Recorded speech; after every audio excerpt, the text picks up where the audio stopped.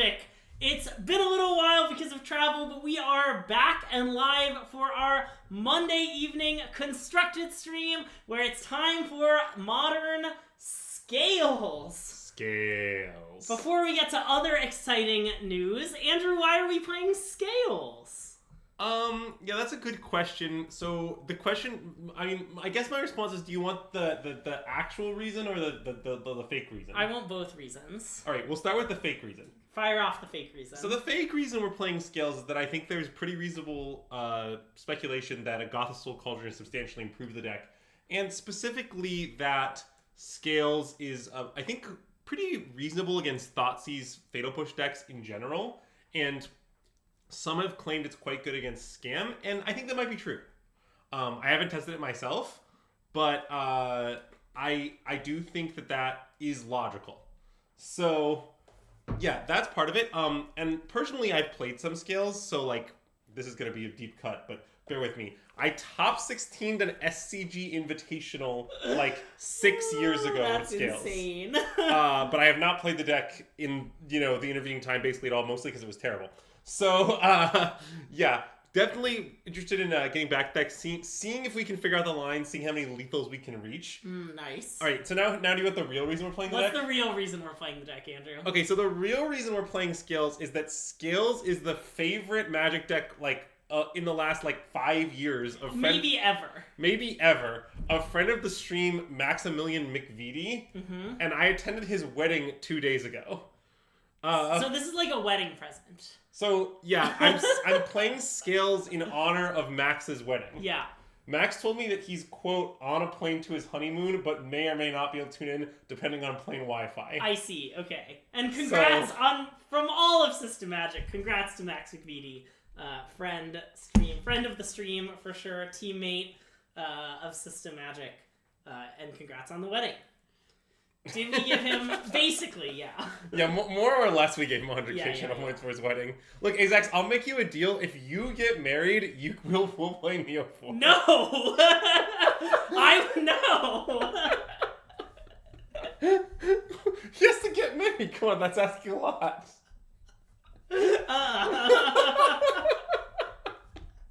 If you get married, you can have a 1,000 channel point discount. Wow, Greg, that's really harsh. But, okay, there's some other exciting news at SystemMagic, which is we gotta talk quickly about today's candle sponsor. It's very important. It's very important because it's more important than it's perhaps ever been. Because today, for the first time ever, SystemMagic is officially sponsored by a candle brand. This is the most exciting thing that's ever happened. Huge shout out to Voy Scented Candles for sponsoring today's stream. We've got a lovely wildflower meadow candle burning from Voy's Scented Candles, but you can check them out at that link, which we'll be posting periodically throughout the day. These are lovely candles. They come in this super nice box. It's this kind of whole beautiful experience. And this is their Wildflower Meadow, scent number 5. And Andrew, we were asked for an honest review. Oh, we were told to be honest. So yeah, what do you think of the Wildflower Meadow? Well, the thing is, I actually like it. Yeah. Well, so as Greg may or may not be aware, I am unpurchasable. Well, if I'm asked for an honest review, I will give my honest review, come hell or high water. I just want to preface by saying that. But luckily, I actually like this candle. I do too at first. It's pretty subtle in that some of our candles are cheaper, so they come on strong. But this one's pretty nice, and I didn't notice it at first, but now that it's been burning for a few minutes, I'm pretty into it. Also, baby, do they tell you a lot of notes. Oh my gosh. It has top notes, middle notes, and base notes. Oh no, that's so many notes. Top notes, green clover, lily flower, and lemon. Middle notes, yarrow root, garden geranium, and green grasses. Base notes, violet flower, vetiver, and blue agave. That's a lot of notes. It is a lot of notes. I mean, maybe that's I don't think I can play that many notes. For the Wildflower Meadow, we got the whole meadow in there. Gotcha, yeah. It calls out lush grasses and fragrant wildflowers. But yeah, you can check out their Amazon store. Moobot's going to be posting it throughout the stream, so go check them out. And again, huge shout out to Voice Scented Candles for sponsoring today's stream. We will be sure to advertise your candle as much as possible. Anyway, do you want to fire off some games? Yeah, scales. Scales. All right, so yeah, let's just be very clear. So an important fact people understand is that I haven't played scales in 6 years at all, a single game, and the deck has only gotten more tricky. Mm-hmm. So the question is less about whether we will miss lethal over the course of the stream, but more about how many times we will miss lethal over the course of the stream. I think that claiming that it's 0 is absurd. Okay, yeah. But yeah. So that's where we're at. But I don't really care about that. I just want to get in some games, get a feel for the deck, kind of see how it's evolved. And it did have some recent results, right? Oh, yes. I mean, so lately, Pi Gonti, noted advocate of Murktide, has been playing the deck a bunch to some good results in Moto challenges. Also, I saw some regional results from the deck in the Ragavan things in Vegas as well. Basically, in general, Skills had some middling results lately, I would say. I'm not saying it's crushing every event, but it has something going on. Something's going right. Yeah. And great question, Kalarm. Today's candle sponsor is the Wildflower Meadow candle from Void Scented Candles, the official candle sponsor of SystemMagic. So huge shout out to Void Scented Candles for sponsoring today's stream. And you can check out their Amazon store, which we posted a couple times in the chat, and we'll continue to post it throughout the stream. But honestly, it's a great candle. Huge fan so far. Okay, so this hand is good-ish. It has some problems, but it's mostly good. Well, alright. So what's good about this hand is this. It's very easy to get to lethal with a Ravager, an Ozolith, and a Ballista. Yeah. We don't have any scales or scales equivalents, which is unfortunate. But I think we should still keep. I did not end up going to Worlds. And actually, it's a good thing because, last time we were talking about, how I was going to maybe take a last-minute flight. But I didn't know that the limited tournament was Friday, Saturday. Oh. And the last-minute flight I was considering, which I didn't end up doing, would have gotten me there midday on Friday, because I assumed, like they usually are, that it was a... So I think we should play the Ozolith. I think so, too. Yeah, okay. There's some argument for strings here, but I don't think it really makes sense, because the issue is we can't strings into scales. I mean, we could strings into the 2-mana Ozolith. Yeah. But I hate the 2-mana Ozolith. Well, also, it's not colorless. Oh, wait. That's true. Oh, wait. So we can't even do that. Yeah, sorry. It's an archetype without colors. Yeah. So... Yeah, this play has to make sense. Yeah. Then. But anyway, had I taken a last-minute flight to Vegas, I would have just missed the limited tournament. So I'm glad I didn't. All right. Some sort of Grixis concoction here. I mean, Rock isn't too annoying. There are, I assume, a lot of scary things from our deck they could hit. Well, that is true. Boseiju is not among them, though. Yeah. I mean, if they could channel it, I assume that would be pretty good against us, but... Well, okay. But we'd get a land, which honestly would be fine. That's true. Ooh, Saga? Okay, well, now I think we should play Saga, probably. Okay. I don't know which creature we should play. Is the larger question here, right? Because... sort of like whatever creature we play, our intent is going to be to trade it for Rog. Yeah. And also, they're not unlikely to remove it. Yeah. Like if I were our opponent, I think the odds that I go Swamp, Fatal Push, Dash Rog are pretty high. Okay, yeah. Into whatever we do. Well, why are they taking in response to this? Okay. But I guess maybe we should just preserve the Ballista because we only have one of it. That makes a lot of sense. Is kind of my reasoning. It's a little weird. I mean, we're not going to use the Ravager at all. We're just playing a Ravager, and when it dies, then what counters on the Ozolith? I guess we also do get... I guess we also do get double, though. I guess that's true. Oh, no, wait, no. Oh, that's not true, right? Because they don't... So, never mind. Yeah, there's no tricks here. Yeah, sorry. So... Yeah, this seems right. Iteration. Well, you love to see that. I wouldn't describe this as a show of strength. Yeah. It's way too late for you to do skills math. Don't worry, we'll just do it poorly. Problem solved. Yeah, our stream started late this time, and this time even responsibility was shared. Yeah. I'm not even going to throw Greg under the bus. Wait, did they crack this before they bobbled themselves? That's kind of strange. I wonder why. Would you think their top card was a foil, a curved foil? Yeah, that seems likely. Okay, well, maybe they think we don't want to trade our Ravager, but little do they know that's all we ever wanted to do. Each day we get up in the morning excited to trade our Ravager for Ragavan.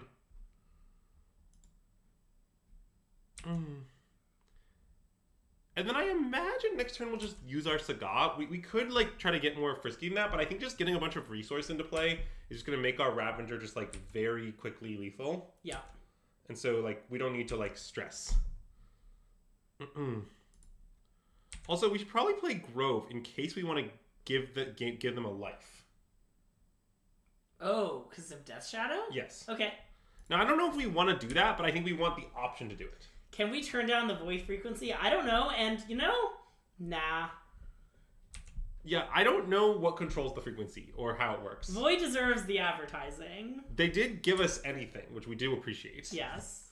And we want to show future candle brands that may or may not want to sponsor streams that they'll get lots of advertising in exchange, Would you recommend you spend money on food or void candles this month? You don't want to know my answer to that question. Well, to be fair, Greg, you do spend a lot of money on food. That's true. You're spending a lot of money on candles. Okay, they picked Preordain. Yeah, I mean, I think it's pretty likely you want to give them a life here. Yeah. I mean, I know that we have Ballista, so it's like the whole situation is really bizarre, but it seems good to me. Yeah. I guess they're also almost dead. We might need to do some... If they tie out for something here, we might need to do some lethal math. Yeah. Okay, so... Death Shadow. Alright. So, I guess on their end step, let's do some lethal math. Alright. So we can make a construct. Then we can play... We can find a 0 of some sort. Right? Then we can play Rav. Then we can sack Construct. They're so dead right now, are they? Construct, Rav, and the token is... Oh, finds a Boz. Ah, yes. That's a good point. Because that... Okay, if we find a Boz, it's probably Omega Lethal. Sounds Omega Lethal. Yeah, I'm going to do no more math. Okay, so we don't want to give them a life. Yeah. Zabaz Omega Lethal. Yes, sorry. Yeah. Well, I think it's almost lethal. To be clear, I think it's close to being lethal, like, straight up. Yeah. So, and Zabaz is a lot better than straight up. Alright, so let's make a colorless. Find Zabaz. Okay, so just very quickly, Zabaz, for those who don't know, makes modular abilities give one more, basically. Okay. But only modular. It doesn't double anything. Sure. Everything's like Rav Sax won't be more. Yeah, okay. But modular will be. Okay. Okay.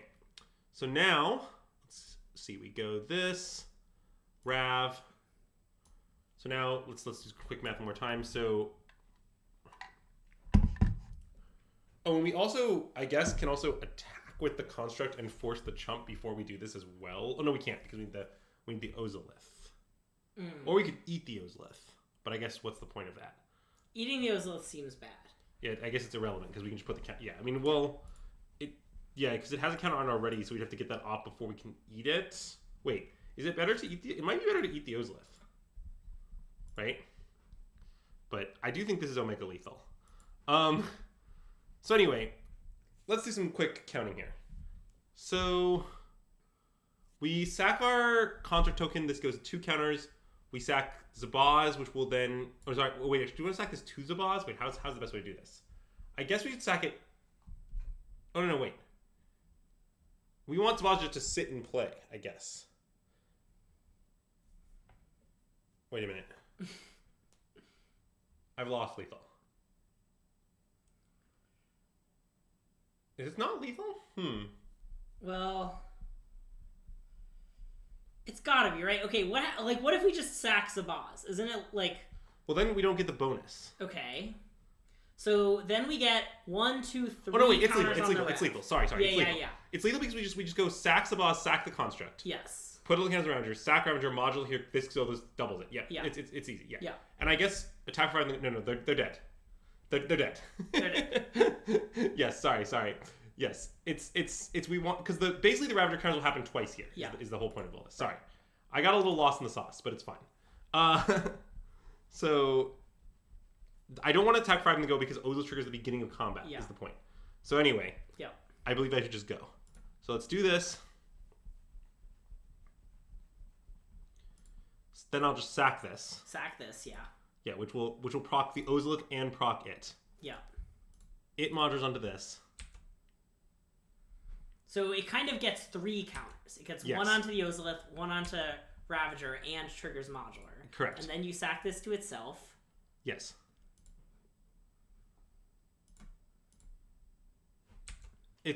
Which also puts more counters on those Ozilith. Yeah. Yeah, it's Omega lethal. I knew it was Omega lethal. I got slightly lost in the sauce. Sorry, chat. Well, I did a bunch of math. Realized it it was being Zabaz made it +2, so I think any artifact would have been exactly like. Yes, you just I found thought it was lethal with any lethal. artifact, but Yeah. I suddenly thought our Zabaz didn't get there. Okay, cool. So they're playing Grixis Shadow. I imagine it's a deck we want to sideboard very little. Like I don't even know if we want to like dismember them. Like we might just want to like do our biz. Yeah. And just kind of biz them. Like, oh, I did the math very poorly just for you, chat. Yeah, our deck's perfect. Why miss perfection? Yeah.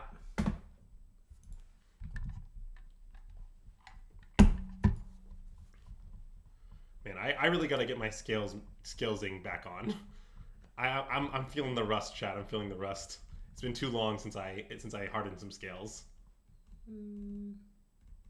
What's going on? Just doing some behind the scene things. What if I... okay. It says you can change them from some other menu. Yeah. I don't know where that menu is though. That's too much work. All right. Oh, I'm certainly not a member of the Scales Discord, nor will I be. I am pretty skeptical of the whole I guess you might say the existential concept of deck discords. I just think that like, I mean, my philosophy is I guess perhaps a bit more elitist and less wisdom of the crowds than that. Yeah. And hey, Miss Solo, welcome to the stream and thanks for the follow. Welcome to SystemMagic. Yeah, like specifically the issue is that it's kind of like the classic question, right? Like, what if I asked you who the best legacy player in the world is right now? See, this is a classic trick question. It's a notorious trick question. Is it like Nathan Stoyer? Yeah, Nathan Stoyer's a great answer. Yeah. That's probably the answer I would give. Hey, Greg, who do you think is the best vintage player in the world right now? I think I might also submit Nathan Stoyer. Yeah, great answer. I also think it's Nathan Stoyer. Nice. The joke here being magic is magic, guys. Like, I don't really believe in the concept of specialists for the most part. I'm not saying that there isn't any inherent knowledge, but usually if someone good works on something for a while, they'll figure it out pretty quick. But yes, that's basically my take. This is why I'm a little skeptical of the concept of, well, let's take a bunch of people who play the deck a lot and throw them in a Discord. What could go wrong? It's like, I think a lot could go wrong. They don't have a second land?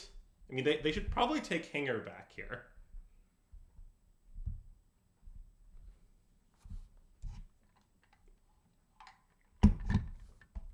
Hanger back historically very good against this deck. Oh yeah, you mean the thing, Marceline, where like if you ask a specialist about the deck they play, they tell you every match was favorable, and then you're like, what? Anyway, play this. I think so. I mean, I think we should play this and maybe take from the I like play this and take. I like how it has Ward 2 for some reason. Oh yeah, I mean, it's a little annoying that we're giving our opponent a second mana when they have one land. Yeah. But I think we should still just do it. I mean, we could block. It's not like that insane. I think it's pretty insane. Okay, like what if they hit Ancient Stirrings? Yeah, I mean, good beats if they do. They hit Grove of the Burn Willow. There are 2 Neoform Discords. I mean, that's not surprising. All right. Well, we could start groving their Burn Willows. I guess we should decide. We probably should just start giving them life, is my guess, right? Probably. It's a little weird. I guess they're not that close to cast Shadow anyway. Yeah, let's give him some life, whatever. I don't know if it's right or wrong, but we'll just do it. Yeah. And then, yeah, I imagine we just hang out for a bit. Nice. Also, we're very close to having lethal. Fun fact. That is a fun fact. And we don't have it yet. Are they going to counter this? Okay. I mean, that's a good thing to counter for them. Yeah. Now we're not very close to having lethal. Big difference maker that. They did lose their treasure, which I like. Oh, yeah. I do like that, too. Inside you, there's 2 uniform discords. Did they have a schism is a great question. Also, Greg, to all questions of who's the best player of X format, by the way, you are currently allowed to answer Jean Emmanuel the Praz. Yeah, that is another person I considered answering. Yeah. When you asked. It's recently become acceptable to answer that. Scales. Ooh, scales. I mean, I think we should start by stirrings, though. I like stirrings. And let's give them a nice life, shall we? I think so. Did you? Well, Ravager does seem very good. I agree. Let's take Ravager, shall we? Yeah. And then, I guess, play Scales. And then play Ravager? Yeah. Oh, are they countering the Scales? Yeah, they can have a little life as a treat. Yeah, it's quite the treat. I like that right now they're just at 14s. They just can't cast Shadow. Okay, that does punish me for not playing land first. I think it's correct to do, but I did get punished, I guess. The idea of it was that I didn't want them to know we were playing Ravager next turn if they're making decisions with Drown in the Lock. But, whatever. So, I think we should keep hanging out. Okay. Although, we can kill them pretty soon. Yeah. Chess does have opening specialists. Yeah, I mean, that's kind of true. It's like, if Forgotten Orb, I mean, I know a little about this. Like, it is true that there are people who've done, like, hours of study of the relevant lines, but it's sort of like, I'm not sure I would pick those people to play the opening for my life over Magnus, right? Like, that's the issue, right? It's like, if I'm just like, all right, someone's going to play the French defense, and if they lose, you die. But if they win, you get $1 million. It's like, who would you like to select to play the French defense? You're telling me you're picking the French defense specialist, or you want to pick Magnus? Because I pick Magnus.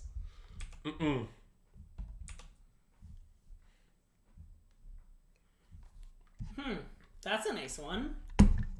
I mean, I think we should just do it maybe X equals 2. Sure. Like, I don't want to go for anything right now. Yeah, I don't want to go for anything either. We're in the, like, hang out and win stage. Yeah. And I think at this point, maybe I shouldn't give them life. We might want to start attacking. Yeah. Oh god, it's really complicated whether I should give them life. I think I don't want to give them life. Okay. I think so too, but it's insanely complicated. Yeah. Because, like, really what I should do is, like, we should really, like, figure out, like, what life total they will be at after we attack and try to ensure that it's a life total such that their shadow won't outsize our thing, given that we also can optionally give them a life next turn. Yeah. But anyway, till you rock one. Pew pew. You'd make Dingler and the current world champion? Yeah, that heuristic is much worse for chess. Why? Or like? Do you not know what's going on? No. Sorry. Or like, some people aren't allowed to play in world championships. If Magnus chose not to defend his title. Oh, I see. Okay. He's like, I'm off it. I see. And so because of this, I guess Magnus is not supposed to attack with Ravager. It's fine. All right, so let's just sack our walking ballista to it. Oh, to save it? What if we sack stuff to it and walking ballista down all these? Oh, I guess this. Wait, are they dead? Oh no, because we've already gone to combat. We've already gone to combat, which is rough.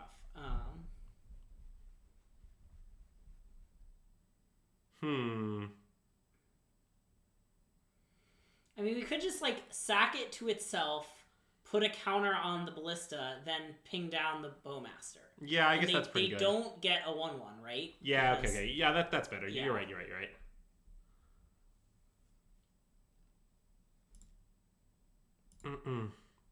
Denying the 1/1 is just so good. Yeah. All right, so we do this. Cauldron under ballista. Get a count on the Ozolith.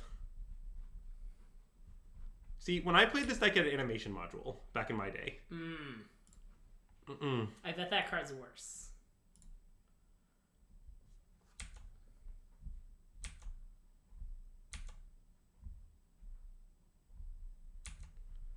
I think it has more to do with just the time control Forgotten Orb, but yeah, I think part of it is there's a sense that like no one from Magnus's generation is ever going to beat Magnus, so he's kind of waiting for the younger generation to come up. Like which person from his generation they pick to play him is sort of immaterial. Like it doesn't really matter. I wonder if we punted there. I don't think we did. I mean, I think maybe we shouldn't have attacked with the Wrath. Yeah. Because then we could have saved it by sacking just the Ballista. But I don't think we made any mistakes other than potentially that. Well, except it still gets pinged, right? Well, yeah, but then we just sack one thing to it and it lives. Ballista. Okay, I mean, that doesn't really do anything.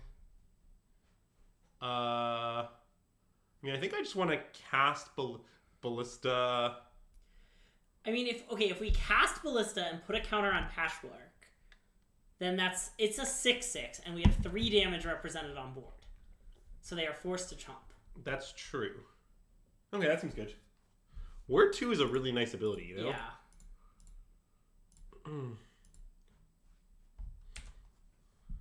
And I guess you can also move an Ozolith counter onto something if you want. I don't think I want.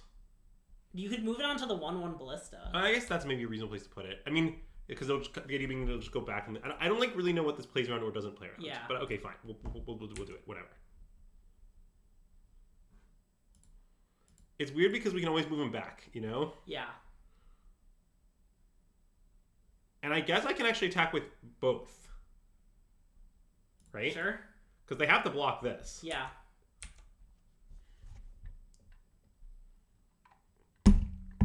And their shadow will still die because it'll be a 6/6 after combat damage, so it all works. There's no shadow tricks here. Yeah. See, the thing about Death Shadow is that it's not a very functional magic card. Can they like bolt themselves or something? But I guess if they just eat the automaton, they're in a lot of trouble. Yeah, don't worry. Once they eat the automaton, we're still winning. Yes. So, I mean, they can do that. Also, they will themselves. They might be dead. Oh no, they're not quite dead, but they are close to being dead. Yeah, so we just go to damage here. Oh, I guess they are dead if they bolt themselves because they take 2 in combat. Oh wait, 3 plus 2. Yeah, you're right. So then they die. Yep. About time we get online again. Hey, what's that supposed to mean? Okay. So, the trick of this is, so if we shoot them, then the shadow grows. Sure. And that's bad for us because then it will survive combat. Yeah. But there's a trick here. We can shoot the shadow once and them once. What if you could also shoot Ballista itself, and then the counter just goes to the Ozolith? Well, it goes. Oh, I see. That's true. I don't know. Maybe it's better to shoot them once. No. I guess. Wait. Maybe. Wait, what if we just let it resolve? Let it resolve. I kind of like shoot them once. I think letting it resolve might be best. Wait, what's the point of shooting them once? Do you want them exactly? They'll have 1 less life point. I think I'd rather have a counter on the Ozolith than 1 less life. Okay. Yeah, I think letting resolve seems clearly right. Bizarrely. Dude, I love the Ozolith. Ozolith very underrated. This line is just so counter efficient, is the thing. Which, to be fair, friend of the stream, Max McVety doesn't like as much as mana efficiency. That's true. But it is also something he likes. God, I miss animation module.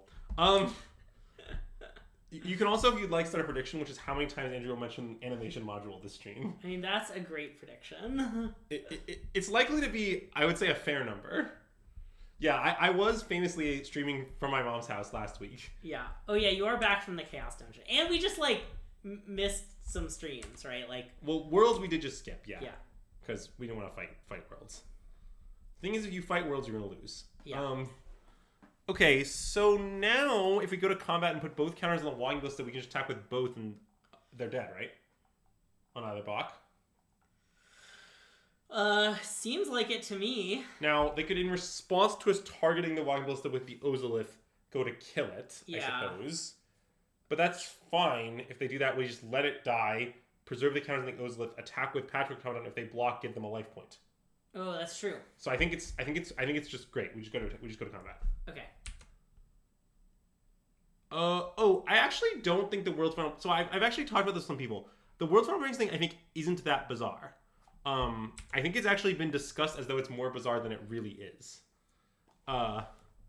So basically, well, okay, I guess I don't know how much I should go into this because it is complete nonsense. I know literal nothing. I have no idea what is being talked about. Okay, we won match. Okay. So nice. okay, I'll as we find our next match, I'll briefly discuss the Worlds thing. Yeah. So what happened is in the last round of the Worlds pairings, there was someone who thought they could safely draw into top 8, but the way the pairings broke, they couldn't. Okay. And what happened is there were 2 different people with some record. I can't tell exactly what the record is. Yeah. There's a record XY. Yeah. With record who were both paired down against people with record XY1. Okay, sure. And the reason this happened is pairings are made from the top. And so what happened is these people were allowed to be paired, these people were allowed to be paired, these people were allowed to be paired. Then the bottom 2 people had played each other. Sure. So they both had to be paired down. Yeah. Now the objection is, couldn't the system have shuffled them to play against other people and then it would all work? Yeah. And the answer is yes. Magic pairings are made that way. Yeah. They're made from the top. Yeah. So the fact is that if it's the case that exactly the bottom 2 people have played, yeah, then they will actually always be paired down. That's the answer to the question. But it is very weird because this never happens. Yeah. And also I'm not sure this behavior has been explicitly defined anywhere, but I'm pretty sure it's true that it always works this way. Yeah. Also, Forgotten Orb, I understand your point, but a big difference between Magic and NFL games is they don't sell thousands and thousands of dollars worth of tickets to Magic games. I am willing to outlaw intentional draws for the low price of someone paying the DCI $1 million. Yeah. And $1 million is a fraction of the most of those shares. I think this hand's a keep, by the way. It's Okay. it's pretty medium, but it's I think fine. There was a situation about 6 years ago where if the Washington football team, at the time my team of choice, had I guess I'll play this. if they had won their last game, then they would have made the playoffs as long as Sunday Night Football was not a draw. And ties are incredibly rare in football. But instead, the Washington football team lost their game, so nothing mattered. But the game was in Green Bay, and me and a friend were considering going to, driving to the game if Washington won. Just hopping in a car and wearing Washington jerseys with a big sign that said, "Please don't draw." That's great, to be fair. I don't know what we're playing against, but let's play one of these. Agreed. I don't know what's going on or what this means. Are they the Washington EDHers now? Yeah. Yeah, I did. Wait, I think we should top. Thoughts? Even with another one? Well, what are you hoping? Maybe not. A one drop, Scales, Ancient Stirrings. All right, fine. We'll bottom. Okay. We'll bottom. You sold me. Seems like we have much better draws. I did post a funny tweet that did not get that much engagement, which was, it's very funny that twice in my life something I really like has been renamed to Commanders. And I used the meme, Yeah, the Perry Platypus meme. If I had a nickel for every time this happened, I'd have 2 nickels, which isn't very much, but it's weird that it's happened twice. You know? Yes. It was my best use of that meme ever. See, look. Wow, it did work out Stirrings. fucking great. Okay, let's do this then. Yeah. So I'm not sure what this is. This is some sort of weird control deck, I guess. All right. Ooh, I imagine Soul... Ooh, wait, Saga? Wait, never mind. We probably should take Saga over Soul Cauldron against weird control deck. Okay. Saga is incredible against weird control deck. Yeah. How does this deck compare to Hammer? I don't know exactly. I think that it is more resilient and less explosive generally, but I don't really know how that all shakes out at the moment. Yeah. That's why I'm giving it a chance. If you're asking the question, am I confident this deck is not worse Hammer? I'm not confident of that.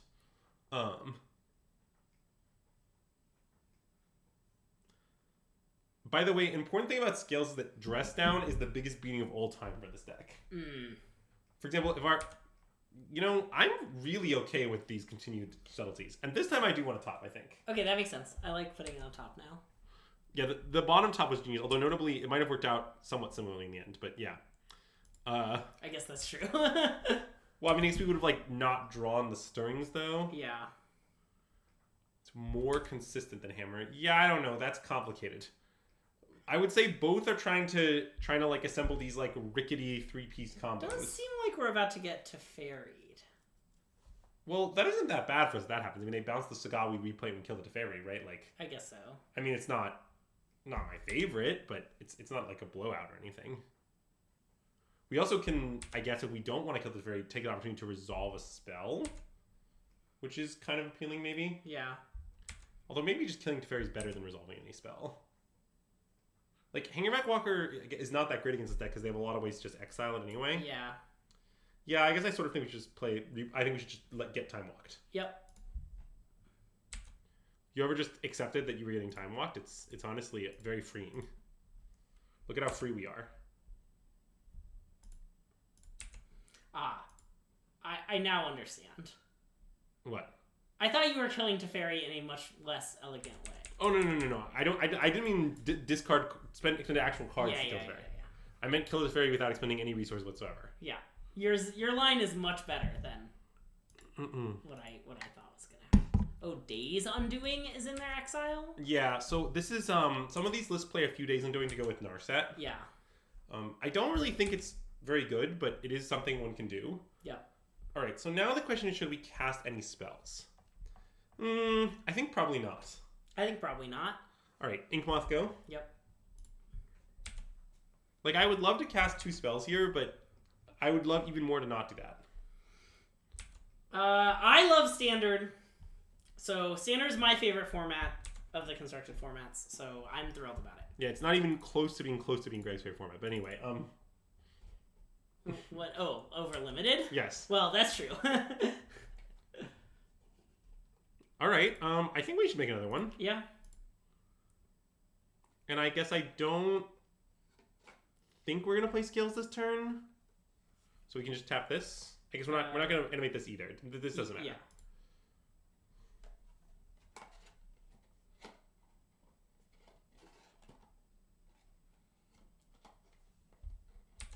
Okay, so they're gonna Solitude hardcast our construct. I mean, if we get to resolve whatever we want, then I might be into Scales. Because okay, we can find Springleaf Drum here, right? If we'd like. Yeah. And then we can cast Scales, then we can like play a thing to start scalesing. Yeah. Like that's kind of appealing to me, I think. I like that. And Guard has enough gas that I'd rather get mana. Yeah.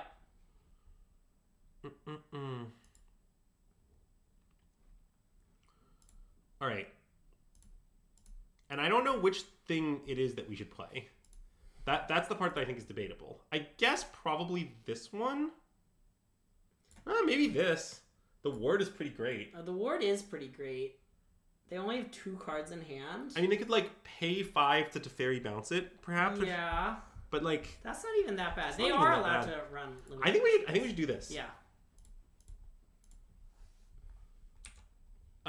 Marceline, that makes no sense, and I don't know why. Yeah, I'm not a financial advisor, and I will not give financial advice. I mean, that's actually only semi-true. I'll rephrase. I'm probably much better at giving financial advice in the real world than in the Magic world. That's true. I know a lot more about one of those things than the other. Anyway. Oh yeah, as far as if the person about Mono Red is asking about Standard, certainly no one showed up with it at Worlds, which is not a good sign for it being a good deck. Well, I know that Worldly Council came pretty close to playing. Oh really? Okay. Yeah. Okay, well I think I want to play Ballista. And hey, Savior0117, welcome to the stream and thanks for the follow! Yeah, I'm down for a nice Ballista for 2. Yeah, it seems pretty good. I mean, we'll put 2 counters on our thing regardless. Like, this card is pretty savage in control decks. And we're not even playing the Supreme Verdict that much because, like, we have a Hangerback and a Welding Jar. So, like... Well, doesn't Supreme Verdict say they can't be regenerated? Oh, it sure doesn't. It does not. I've played no Standard since the bans, so I don't know anything about it. Oh, Marcio played Mono Red? Okay, see, there you go. Okay. Look at Greg just lying to the chat. Anyway, let's attack for 11, shall we? Yeah. But I do love, in general, the deck Azorius Soldiers. Okay, is this a second Solitude on the Construct? I mean, that's fine. It's like, it's not bad for us, but it's not amazing. Are they actually talking like something else? Okay. I mean, our opponent has 1 card left. I assume we don't want to kill this Solitude. Well, I don't think so. If they want to jump, they can jump. Yeah. I would prefer them to jump, right? Yeah. Like, I think if we could control our opponent's actions here, they would jump. I think a bigger question is, do we want to shoot down either Solitude before they like connect with us? But yeah. Yeah, I don't really know what's going on with Standard, to be honest. I mean, what I would say about this is, okay, I think Siggy, a friend of the stream, Michael Sigrist, had a pretty astute comment, which is, he said, I think I want to kill one of them. I think I do too. Okay. What Siggy said was, did everyone just have some sort of collective delusion forgetting that Esper Legends was amazing? Yeah. Because the deck that Emmanuel Depraz won with was like Esper Legends with like 5 new cards. Yeah. Like, I was at some point they posted the standard things, and I was like, why aren't more people, like, I was like, I don't understand the reason that more people aren't on Esper Legends, but. Yeah, so, like, that part is, like, I do think, I don't really understand. Now, maybe someone who's very well versed in standard could tell me what happened in the metagame that made this make sense, but personally, I don't understand it. Okay, I don't even think I want to play that. I want to just, like, use our various nonsenses. Okay. Is that okay? That's unreasonable? Yeah. So, like, let's like, use this nonsense. Yeah.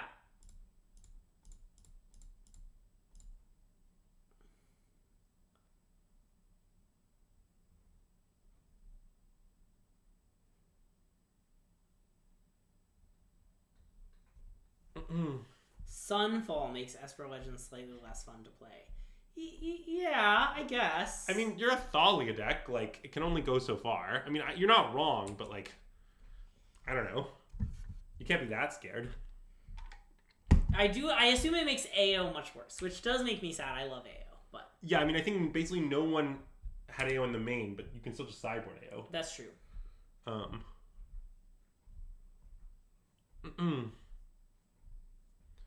But yeah, basically, like, okay, we played Esper Legends at a tournament where, like, you know, Red, Black, Fable, mid-range was legal. And okay, sure, it didn't have the full suite of tools it ended up with. But, like, and I don't know, it just, like, seemed like at that tournament... So I think I just want to attack for 3 and then pass and use Hangerback. Yeah.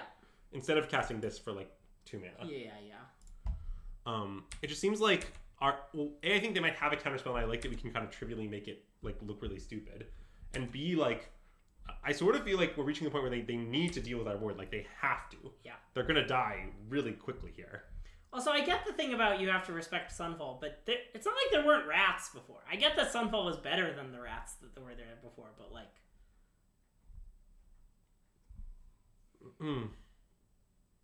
Yeah, like, basically, it is clear that when your opponent has access to, like, Fable and Invoke and all this biz... Yeah. That, yes, then... You don't want to just, like, jam Legends, but... Yeah. Legends is just a really fundamentally sound strategy. It's like, very hard for the metagame to evolve in such a way where the deck just is bad unless it's just outpowered or something. It's just, like, your strategy is all good cards with Thalia, Rafine, and things that make their stuff awkward. Like, it's pretty hard to exploit. Okay, so they're going to do this, so what's the target? I mean, I assume if they're doing it in response, it's going to be the Hangerback Walker. Okay, so now one weird thing we could do is we could shoot our Hangerback twice. Oh, for 2 Thopters? For 2 Thopters. That kind of seems good to me. I like it, especially because they're tapped out. Yeah. Although, wait. We Quick should check. make a dead if we let it resolve, yeah, then we could untap, charge our Ballista to 5, shoot their Solitude twice, yeah, cast Hangerback for 2 counters on this.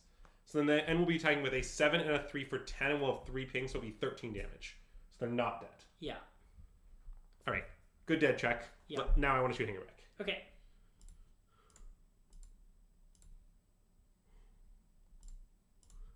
It just seems that, like, this basically gets the damage back more or less immediately because we can attack them for 2 with these tokens. Yeah.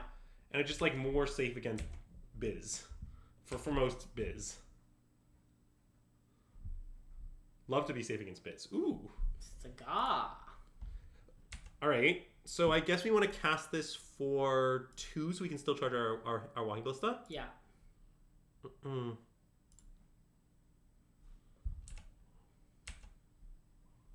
And then charge this. And then shoot this.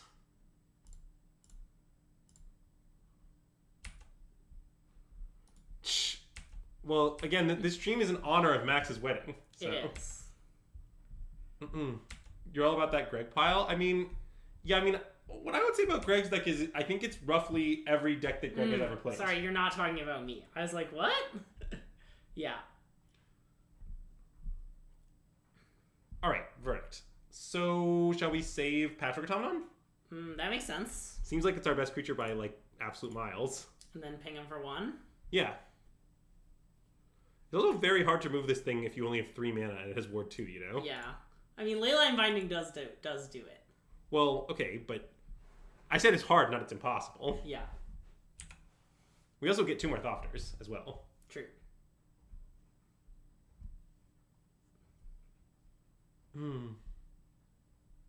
Alright. Nice.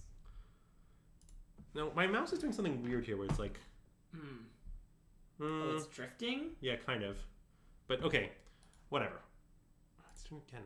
See what I'm talking about? Anyway, whatever. See, like, look at that. Is it, like, dirty or something? Sorry, chat. Weird mouse issues. Anyway, so I think this is good, and I suspect these are good. That makes sense. I don't know if Pithing Needle's good or not. Like, I assume this deck, like, has the ring in it. Right? Maybe. It would seem surprising... It would seem surprising that they don't.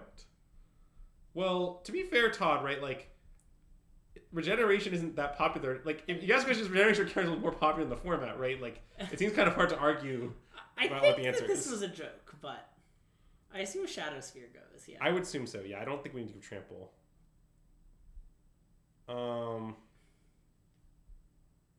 What else goes? Cuneo does have some thoughts about that. Love Cuneo's thoughts about that. Really all-time thoughts. Maybe we should put out the second Ozolith. It's kind of weird. It's not very good against Teferi, is the issue. That's true. Because, like, you get the counters on it, then they bounce it. Yeah. We definitely still want access to it, but I think maybe only 1. Yeah. Is Soul Cauldron good? Yeah, I mean, I don't know. I assume so. Okay. That's, like, unknowable, but I assume so. Like, you can do a lot of... There's, like, a lot of tricks. The number of tricks is pretty aggressive. Okay. I mean, maybe, like... The problem is, I guess I don't know what's bad. Let's cut Pithing Needle until we see a reason. Okay, you think that they might not have the ring? I think they might not have the ring. Okay. Yeah, I assume Cauldron's just always sauce. That's kind of where I'm at, too. Maybe we should cut the Ozolith, the Shattered Spire. Oh, that makes sense. On the idea that, like, if, like... I don't know. This card's really bad, is the thing about it. Yeah. Okay, put Pithing Needle back in. You want to play 61, or what do you... No, cut something. I don't know what, but... Azax convinced me. with his highly made up number of 130%. I mean, I could cut like the third Soul Cauldron, but I mean, it's I don't know. I want to play with the card is the thing we haven't drawn it yet. Maybe like a Ballista. Ballista's not that great in this matchup. Wait, like, didn't we say Hangerback's kind of bad because they have all this exile removal and? Well, but it's very good against Wrath. That's true. You want me to just not play the second jar? Yeah, actually, it sounds pretty reasonable. Yeah. I actually like that Prozel Forgotten Orb. Yeah. Just like, pour it in a jar, pour the jar back out. Problem solved. Also, we're not experts on the current 75 of this deck, so, you know, our sideboarding might be a little dubious. Oh no, we're more or less the opposite experts. Again, I'm drawing on 6 years old Scales knowledge. Yeah. Which I assume to be flaws. This hand is a Snapmole. Yeah. Ooh, Gemstone Caverns, you say? This hand seems good. Yeah. See, what's nice about Gemstone Caverns in this deck is all of your cards cost 2. Alright, so we're going to end up tucking a card and pitching a card here. Okay. So I think this card should presumably... Well, I guess we want to tuck the... I think that they're Jar and a land. Yeah. So I think we should tuck Jar and we should then pitch Yavimaya. Okay, and Gemstone Caverns can pitch lands? I believe so. Okay, cool. Exile any card, yep. Okay, cool. It's not Chrome Mox. It just always makes any color. Yep. Is new Ozolith a better card than Animation Module? Many are asking this. I'm not embracing 360 cards in any non-Beanstalk decks. Although you should know that I have a latest Beanstalk list where I have even more cards. But anyway, let's play Scales. I want to know if it resolves before we tell you what else to do. Because if they counter it, like let's say they Spell Pierce this or something, okay. Well then I was thinking maybe we want to go Penlive in second Scales. But now I think we should play Saga. Okay, yeah. Because I just want to start sagging them. Yeah. Although, what's our plan for next turn? I think just make a construct. Cool. I think like we wanted to resolve Scales, but I don't think the resolving the second Scales is that important. Yeah. Because we could also do second scales and then Ballista Saga and start the sagaing next turn. Well, that is true, but I was thinking that if we did that, they would counter the Ballista, then we'd be really sad. Yeah. Okay, it turns out that didn't happen, but I think what we did is fine still. Yep. Yeah, I think people are definitely playing too many cards in their decks with more than 60 cards. There's your hot take of the day for you. Great hot take. Like, I believe that the list that I have that is the most cards in of any list I've tested has 67. But I'm also not so sure 67 is optimal. I've had numbers with I've been up and down. Well, basically, I feel really strongly about playing 4 pendings by any means necessary. Is my main opinion.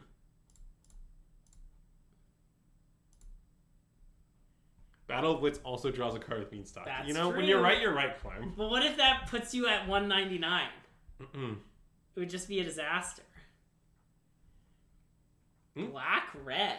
I don't understand why they're making black red. Oh, okay. They're just firing? Sure. Firing it off, as it were? Alright, let's make a construct. And then I'm not exactly sure what we should find, but it's not a land. It's some biz. I mean, it might be the Ozolith. I mean, it could just be Needle the Ring. Because the ring is very terrifying here. But we also could, let's see. I think probably we should find either Ozolith or Ring. Ozolith doesn't seem like it does that much. I think maybe Needle the Ring makes sense. Yeah, I think I'm pretty into Needle the Ring. I'm just pretty afraid that they don't have it. Yeah, let's do it. I bet they have it. They have to have it, right? Right? Like, people aren't here just not playing the ring, are they? I hope not.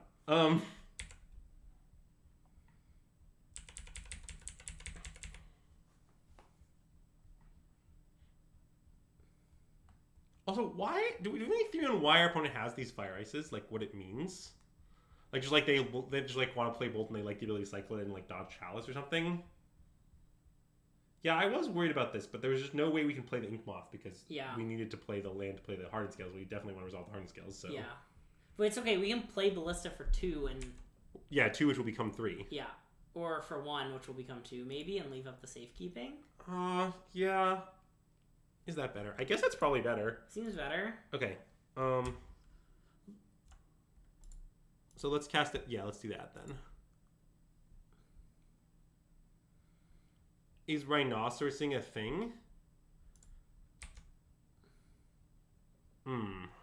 Okay. Well, that is not great for us, although we can top it, obviously. And what's nice is that next turn we can go for it, and then if they do counter it or something, we can then animate the Ink Moth, although we can't animate the Ink Moth and Pendelhaven it. Yeah.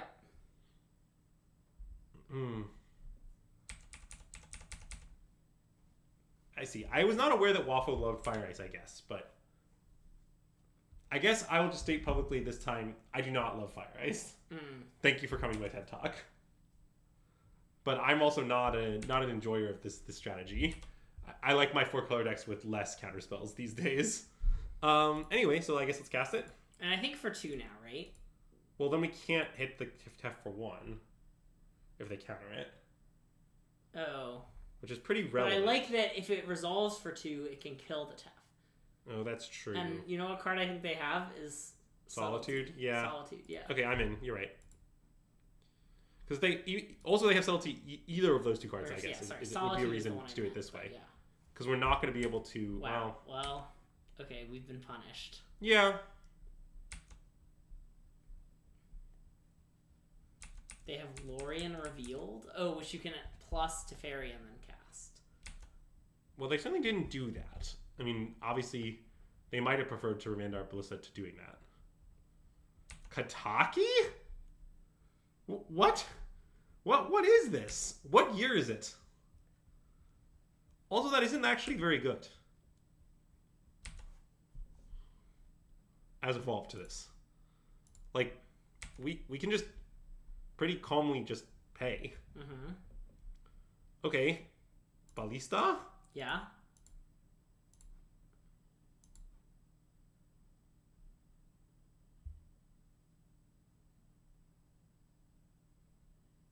Reprieve again? All right. Well, we might be losing this game at this point, but they just don't have many cards. I mean, on the topic of Reprieve, okay, I legitimately like Reprieve as a 4-color sideboard card. Yeah. I don't know if I like it as much if the premise is I'm playing a deck of, like, 30 random counter spells and then some of the Reprieve. I don't buy that quite as much, but...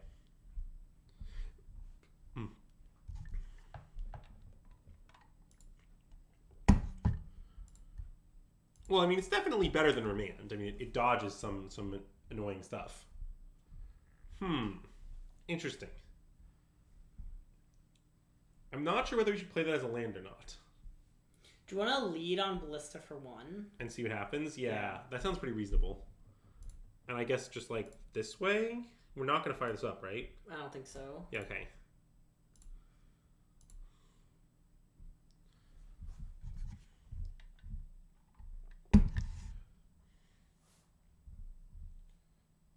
Hardcast LT? Yeah, I mean, the problem with this is that we're losing. Yeah. I mean, I will top it. And then I guess play Hanger back. I think so. But I don't like our spot very much. So what does Kataki say? Oh, if you're asking can we kill our Hanger back, the answer is yes. Nice. Okay, chat. Does Waffles List have the ring? Inquiring minds need to know. To be fair, the Ozils would have done basically nothing this game ever. That's true. So I don't really feel too bad about how it's all worked out. But I mean, we also should maybe I think my proposal is that we should leave in Needle but not name the ring anymore. But just like have the option to name like random planeswalkers or whatever. Yeah.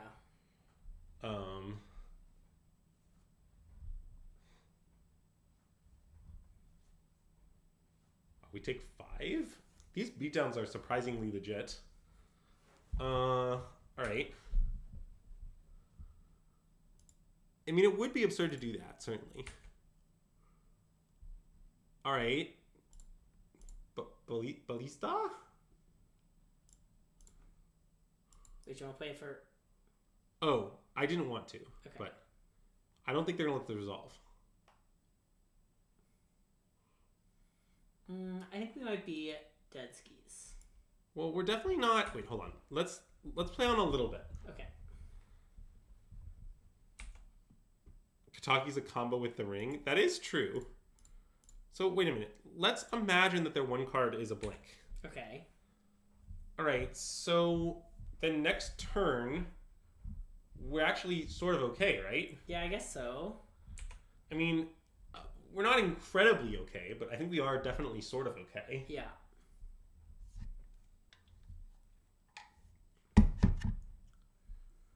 You bet $376 at even odds they have the ring, but are you willing to bet your entire net worth where if you win it's multiplied by 0.6, but if you lose it's multiplied by 0.4? That's the real question. I don't know. There are all these betting conversations being had, and I don't understand them. Yeah. Okay, actually, I'm willing to see that. Wait. So now, wait. What subtlety is a 3/3? That's so big. So you're thinking we could charge it? I mean, we can charge it. And then sack and then let it die? Okay, wait, we should play on. Let's charge it. So we charge it. They're going to, in response, kill it. I mean, I will then save it, hilariously. Well, you can't. Yes, I can. I have Tommy safekeeping. There's a bit of an issue. Oh, wait, you're right.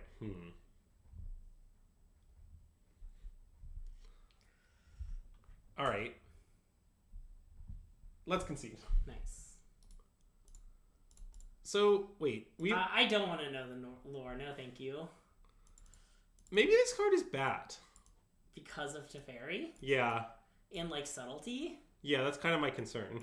Okay. It seems like the way they're sideboarding isn't actually very good. Okay, what do you want instead? Well, first of all, I'm wondering if this is good. Oh, because of Leyline Binding. Yes, because of Leyline Binding. And then maybe just bring this back or something. Do you want to bring the better Ozilith back in? Sure, we can bring the better Ozilith back in. I assume that one's better. Yeah, I mean, it mostly is. It's a little complicated. Yeah. I'm willing to do this. This sounds sane. Maybe not, because the Teferi thing is bad. Well, yeah. Who can say which makes it Ozlitz is right? Yeah. Mm-mm.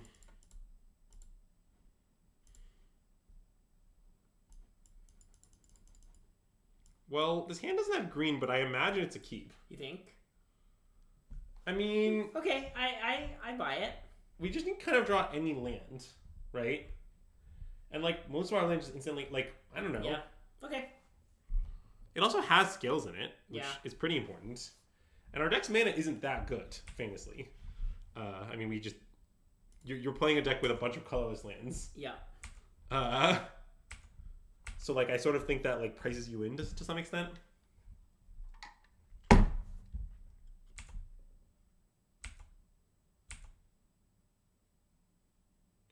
The perfect draw drives some caverns. Okay, let's play Saga? Saga? I mean, what's nice... Yes, the Saga for Drum thing definitely is relevant here. And the other thing I like about it... I think this is the one you want to play? I like that. Okay, it's a little complicated. The other thing I like about this is... Because we're on the play, right, our Saga comes down pre-Teferi, which is pretty relevant. Because basically, once you made the first construct, like, Teferiing it is not even really a concept. Yeah. Oh, that is certainly our fault. And by us, I mean Greg.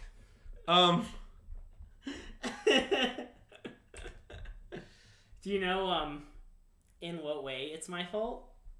It's famously your fault, yes. Yeah. Alright. Are you responding to this trick? Okay, cool. So I guess I think I just want to attack for one and pass. Sure. I guess they could like do something weird like flash and a Snapcaster Mage and block or something. I don't know. I'm not worried. This deck would play Snapcaster Mage. Well, if it's a Wafo deck, if this is literally Wafo's list, the odds against Snapcaster Mage are astronomically higher than they otherwise would be. Yeah. Okay. Apparently it's just getting land bound. I mean, I am extremely happy with how that worked out. The scary thing for us now would be Dress Down, but not much could go wrong that isn't that. Because the Springleaf Drum will really solve kind of all our problems. They're Dressed Down in response. Hollowed Moonlight. Okay. I mean, I guess you got my construct, but at what cost? Putting Hollowed Moonlight in the deck? Yeah. Alright, well, let's make construct and go find a Springleaf Drum. Yep. I mean, they presumably can't kill it off that land. So then the question is, once we find the Springleaf Drum, what do we want to cast? Probably Ancient Strings in hopes of finding a land. I think so.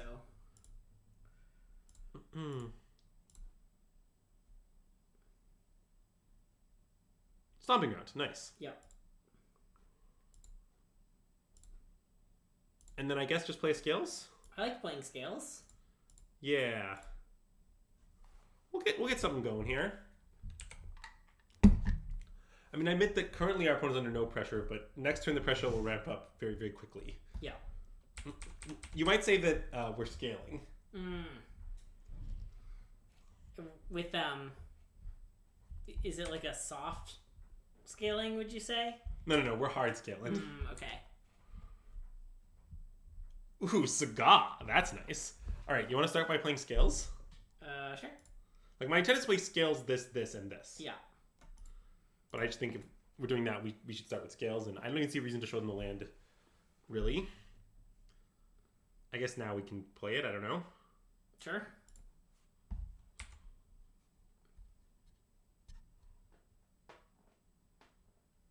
And I think we should probably order our spells such that we end with the one that is the best, which is Rav. Yep. So let's play Zabaz.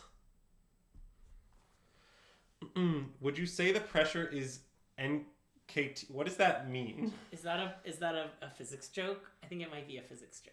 I think it's a physics joke, but I don't get it. I also don't know enough physics to know it. Yeah, it's been a little while. Would you say that you're not a physics scientist? I'm not.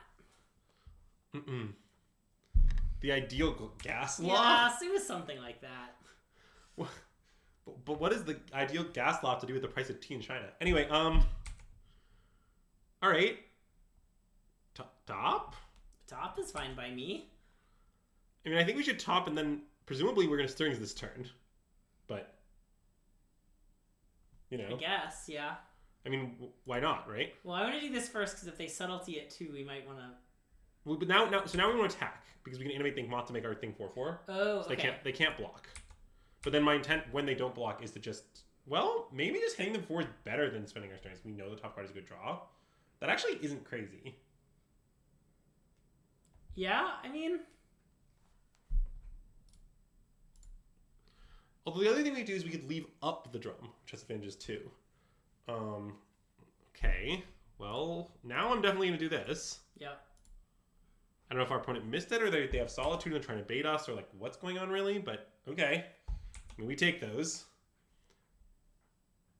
I mean, look, one of the things about Scales is that it's really complicated, and sometimes your opponents will get confused about the options available to you. Yeah. Something that I've noticed about Scales a lot is that when I was playing this deck with 4-color, every turn I would tank for like 10 years, and then I would take a game action. But also I'd win almost very frequently. Yeah. And that I would say is how I feel about Scales normally. Well, okay. I mean, this just happens. Yeah.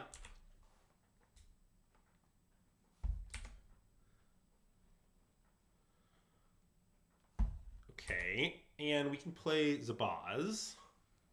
And Stirrings? And I guess and Stirrings, yeah. I mean, should we start with Stirrings? In case it changes what you want to do? Well, is there any chance Zabaz doesn't resolve? I guess not. I mean, it could pitch subtlety to it. It's possible. Okay, let's play Zabaz. Yeah, okay. Because I don't want to be left... Yeah, you don't want to be left without pulling Construct. Yeah. No, that makes sense. Do I have any insights on the meta at Max's wedding? Great question. Okay, I guess we're topping then. Yep. The meta was very green heavy is what I would say about it. It was like I would say Max's wedding was pretty hippie inspired. It was like outdoorsy, Okay. had a real sense of community. Okay. There were a lot of bugs. I see. But yeah, that's how I would describe the meta.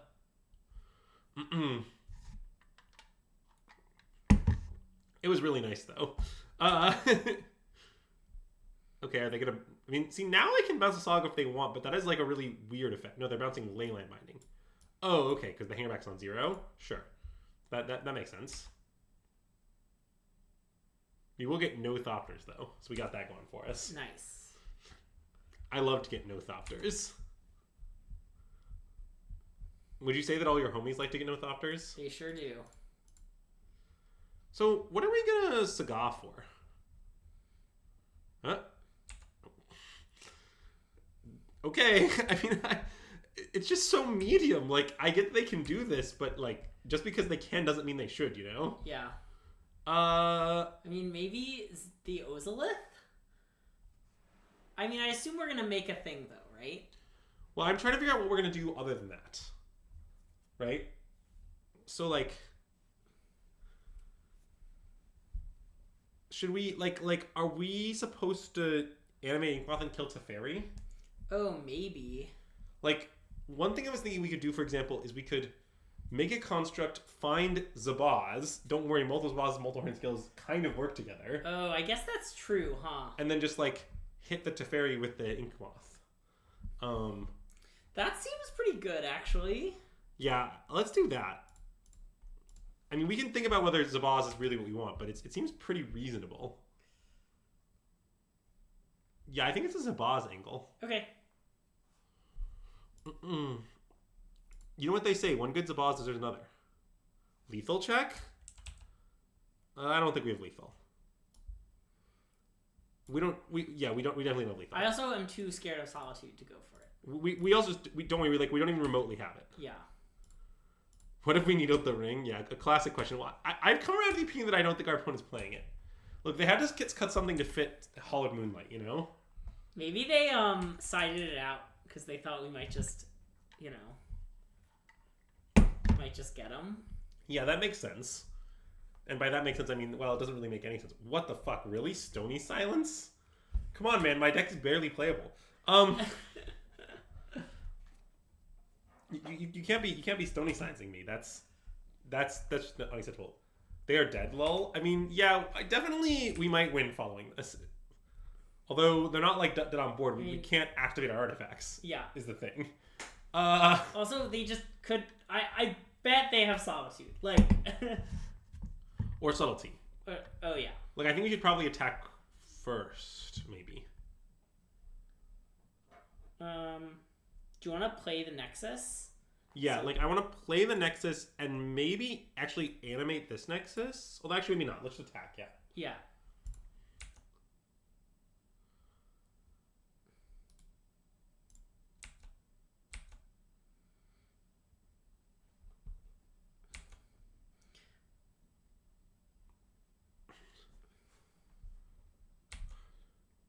Wait. We demand construct these will get Ozolith, play Zabaz, animate, kill itself. Okay, that's true, but I don't want to do that. I don't want to not make a construct go for lethal when they could have Solitude. That seems really dangerous. Yeah. Like, we haven't seen a single Solitude, to be clear, in this game, right? Like, they have 4, they didn't side any out. Like, yeah. I'm pretty worried about the Solitude situation. Wow, that instantly resolved, huh? I mean, you know what's good against Stony Silence? Yeah, I guess that's true. See, the thing about constructs is that... Oh, I already played a land. Right, of course. Oh, we played the Nexus. I would have found the same thing. Okay, yeah.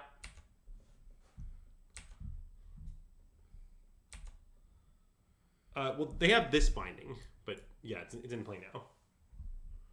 They didn't have binding up the turn in question, though, because they had Zagoth Triumph up, but yeah. Okay, they're killing Zabaz, presumably. I mean, they do know we have a backup Zabaz, right? Yes, but maybe they're playing to, like, counter that or something. Yeah. I mean, their drags have... Their last card here used to be pretty good to beat Saga. Yeah. I mean, are they going to pick up Kihira? Okay. Sure. I mean, I guess that's as bad for us, but it's not game over for us. I mean, now we're going to do some biz. Yep. So let's Saga start with. And then I guess Patchwork, right? Yeah. Which might get countered. Like, if I were opponent, okay. And then Hanger back? Sure. Can't activate the might. Yes. I mean, we could find Beseiju. Yes, our way out of this is naturally drawing Beseiju. And I think I want to play Ozolith in case they wrath us. Yeah, agreed. And I mean, look, they have a full 7 cards. Obviously, we could lose from here, but this is not that bad a spot. Yeah. Also, with Stony Silence, they definitely don't have the ring, right? Yeah, they definitely don't have the ring. Azax, you owe us $376. I was unwilling to take the bet. Modern's a silly format. Agreed. How did we get all this card? They cast of a Wheel of Fortune effect. I think all formats are equally silly. Have we discussed friend of the stream Olivia Rodrigo saying she's afraid of birds? Oh, no, we haven't, but that's actually a really good point. I was unaware of this happening. What did they bounce? Oh, they bounced another leyline binding? Another empty binding, okay, yeah. Presumably they're going to target the Patchwork top down and pay mana. Wow, this is, I didn't know about this, but I'm going to use this in my life. It's a really important development. I think it's among the most important developments in the history of the SystemMagic stream. Yeah. To be honest. Would you characterize that as accurate, Greg? Yeah. Well, actually, the most important developments, though, is our official stream sponsor, Voice Scented Candles. Huge shout out to them. Yeah, that is fair. As Evolved, do you think I'm going to time out? Yeah. All right. Oh, I like that the counters went onto the Ozolith. Yeah. I mean, it's probably time for another dead check, but I don't think they're dead. Like, we can make a Titanic Ink Moth, but I don't think that's good. We should just wait. Today's stream is officially sponsored by Voice Scented Candles. Huge shout out to Voice Scented Candles. The link was just posted in the chat. Go check them out. Okay, I'm gonna animate. I'm gonna do some stuff. It's fine. I'm gonna make Hangerback big here. Okay. And the point of that is it plays on Wrath. I know they can bind the Hangerback, but then that's fine to counter with the Ozolith. So we just do this. Mm-hmm.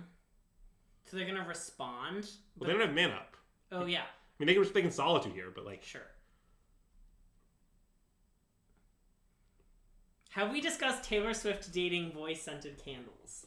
We haven't. Nor have we discussed Taylor Swift dating Travis Kelce. Taylor Swift gets 60% of every bird that scares Orod. God, that's a great quote. Yeah, so here what ends up happening is the counters are preserved is the thing. Okay. So it's not really that bad.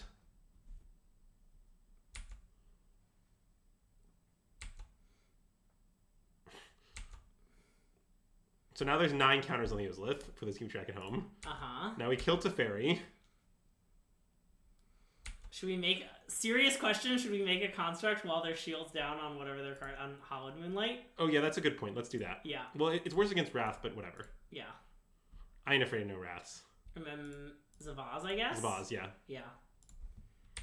I mean, this is a very good situation. Yeah.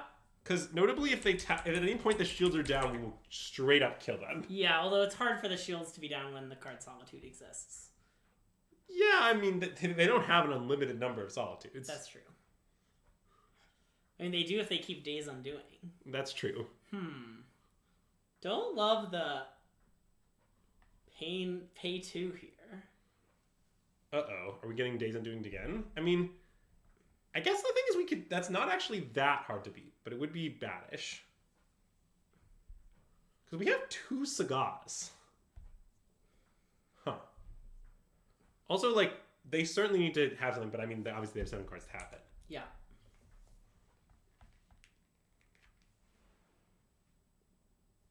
Are they Gaia Rechanting? I mean, they can do that. They can't. They tapped it. Okay. So let's do this. So now this one is going to make a construct. Don't need the colored mana because we have no colored spells. Find an artifact. Now do we want to find Pithing Needle? Oh, Zabaz? Zabaz. Okay. Zabaz is like, it's really good here.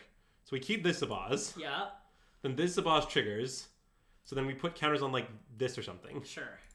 And it's like lethally big.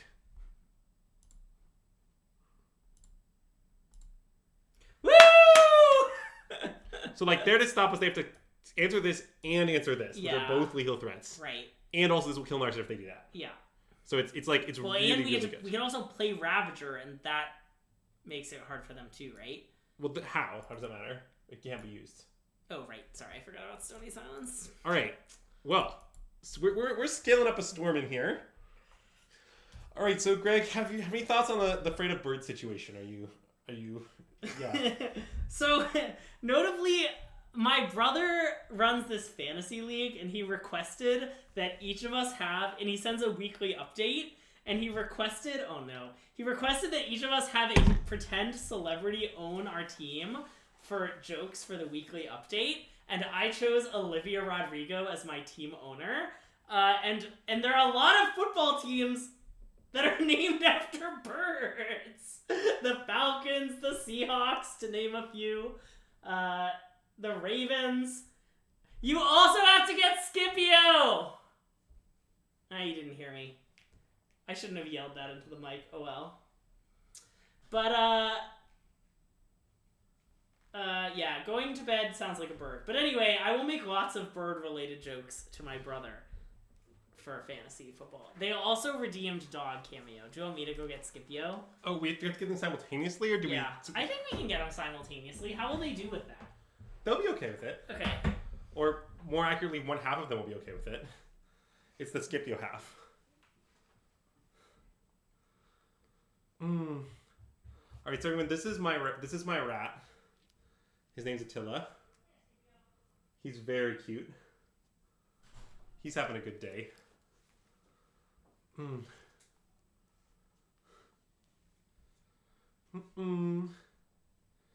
He's currently actually smelling the candle. Believe it or not. Like, what he's nosing towards in that direction is the candle's like right... Or you can't really see, but it's like right there. So...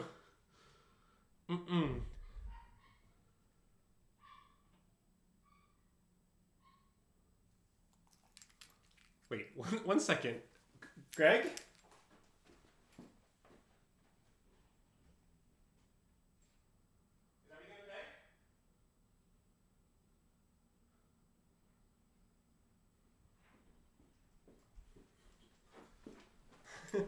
Sorry.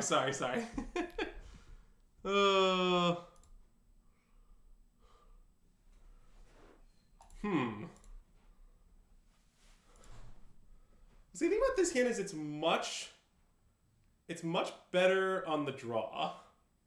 Does it have the cavern? It has 2 of them. That's very funny. Here's this dog, Rip Stream. Well, I heard Scipio squeak, so I was like, I briefly walked away to check that everything was okay. Oh, I see. Okay. But he's fine. He really thought his favorite part of the day was upon us, and it was not. It's not. That would be the Sorry, Scipio. Okay. Wow, he is shaking. He's excited. All right, I'm gonna mulligan this, I think. Okay, this is on 7? Yeah. Yeah, I like that. Wow, this hand is much better. Yeah. He is booming here. Oh, they are both rats, Cliff. It's true. What? Scipio is a proud member of the canine race.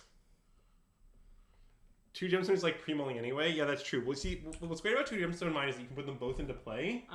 And then one of them dies to legend roll. Why do we play Grove of the Burn Willows? It's so you can activate Zabaz. Look up the card Zabaz. Oh, Also, that's don't just ask. The only thing red mana is for. Yes. Well, and it's untapped red mana, and it's good against that one card.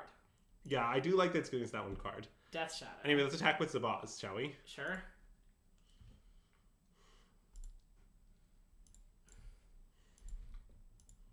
Are they happy that they got these rats? I hope so. Scipio, can you advertise voice-scented candles? Wait, Attila was sniffing towards the candle. Wow! I even mentioned it. Because of flowers. Yeah, I mean, I can't say for sure why he was doing it. Anyway, this is Zabaz. As you can see, for red, you can destroy an artifact that you control, which is often in your interests because you see you're playing scales. I love the flavor. He's like a wasp, and he like lights up, and artifacts are drawn to him. Is that the flavor? What, of Zabaz? Yeah. Wait, I thought it was like bees die when their stinger. Oh, okay. So I think it's like he stings and then he dies. Yeah, okay. And also he can do the same thing with other artifacts for reasons. Great. See, this is the secret to every interactive matchup with this deck is you're like, man, I'm not sure I'm going to win this game. And then you're like, ah, yes. Saga, Scipio. So, I'm not really sure if we should play Ballista. I guess we probably should. Yeah. It's super mid, but yeah. Yeah, Azax, I agree. As the rat scientist, they're both rats. Greg is a rat scientist. More and more people are saying this. Also, all dogs are rats. Well, Attila's also like, he's rat colored. Yeah. Scipio is blonde, okay? Like, rats are not this color. Yeah. Like, if you see rats that are this color, like, I would be concerned. Like, look at the color of Scipio. You should pronounce the double L O Ballista. I do like calling it Ballista. Okay, they plussed. I mean, that kind of makes sense. I mean, we notably can kill it if we want to. Because we could... Well, I guess we probably don't want to do that. We could kill our own Zabaz. Yeah. Yeah, okay, I'm off it.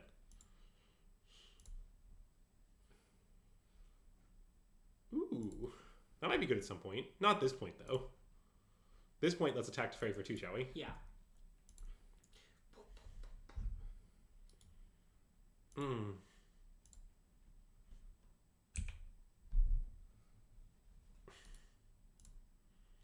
So this... I don't... By the way, I also don't know what we're playing into this round. To be honest. It's a lot of the same cards, it appears. How many cards are in their deck? Normal number, it looks like. Okay. Yeah. I mean, they could be playing like the Honorog DOS Beans list, which I think is 60 cards and has like some counter spells in it. I'm not really sure though. No, Zach. Go the Burn is like the strongest member of its cycle by far, and this is a member of the Future Sight cycle. Wait, where there's isn't Horizon Canopy in the cycle? Oh wait, you're right. Sorry, I always forget that because it was later given its own cycle. Yeah. Well, actually, was it? It's given an enemy cycle, right? Okay, fair. There's just 6 Canopy lands. Or Horizon lands, is that what they call them? Because they're in Modern Horizons. Okay, our opponent is using Misty. Are they gonna Hallowed Moonlight us? So one thing we could do here is find Zabaz. Okay. I mean, it's less which good would without put 3 counters. Yeah, I think we should just find the Ozolith. the Ozolith. Sound good? Yeah.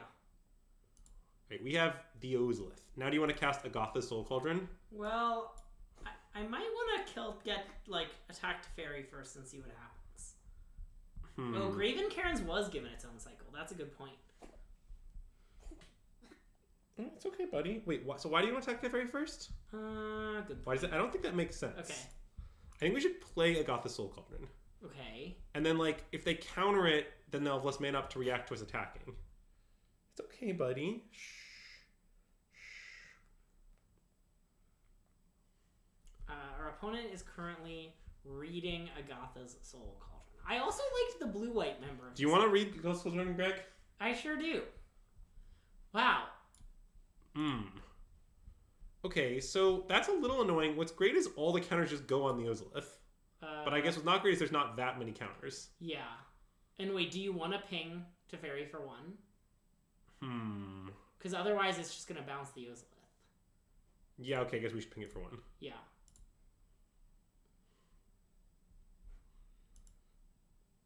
Yeah, very wise for our opponent to not let the Soul Cauldron resolve, since if they do let it resolve here, it goes really, really poorly for them, I think. Because then we can, in response, kill our Ballista, then use the Soul Cauldron to give something Ballista. Oh, sure, yeah. There's all kinds of shenanigans we can get up to. But anyway, also those shenanigans might be getting up too soon. Don't worry, we were about to start Soul Cauldroning. Yeah. So, okay, so currently we can grant things Zabaz's abilities, which isn't that great. Yeah. Or we can grant them Ballista's abilities, which is excellent. Which is excellent. Yeah. Also, if we grant things Zabaz's abilities, we can then use mana of any color to activate them. Which is funny. So we can give our things flying? Or destroy artifacts, yeah. Yeah.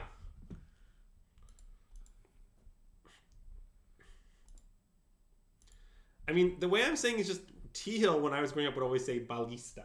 Yeah. So I started doing that is just how it's said. Well, there's Ballista. No, Ballista. Anyway, so I think maybe we should cast Walking Ballista for 1 here. Okay.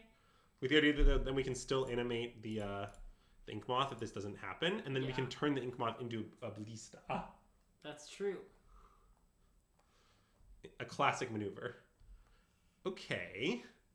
It resolved. Alright. I mean, I guess we should just animate Ink Moth and have it attack to fairy anyway. Yeah. The question is, should we put the counter from the Ozolith on it? The question is, how many counters should we have on it? I think having the counter from the Ozolith on it makes some sense. Yeah, I agree. I'm not sure I want to Soul Cauldron it, though. Yeah. Or at least not just yet. Yeah. Okay. Flawless plan.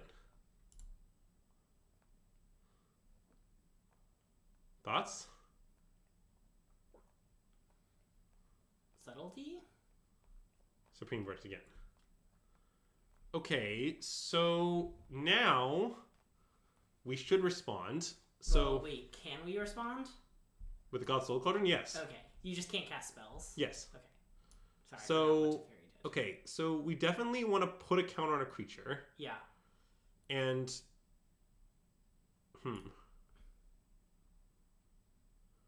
let's see here.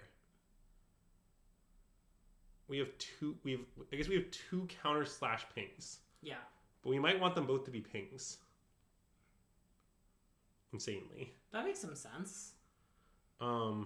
So I think also we should maybe leave the Ballista in our graveyard for later.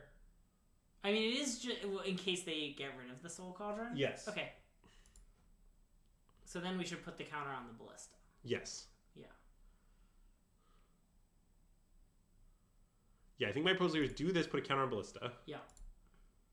And then just ping to fairy twice. Right? Yep. And we still have a counter left on our Ozolith, but we're not all in on the Ozolith, and it's going to take the fairy a minute to build up to be able to kill the Ozolith. Yeah. And then this resolves. I mean, we are definitely losing, though. That is true. I mean, we haven't lost, per se, but it's Do not you going like great. setting up like that? I don't know. the only way stream can see you. I guess I can kind of hold you back like this, but then I'm far. Then I look so small compared to Andrew. But that's actually Greg's real size. Normally, Greg actually sits really close to the camera so that he looks like he's my size. But in reality, that's just how big Greg really is. If you speak of this. This is a good stream bet. What's stirring? All right. I don't really know where we're going to go from here, but we'll go somewhere. Any particular city you'd like to go to? How do you feel about Detroit this time of year? Nah.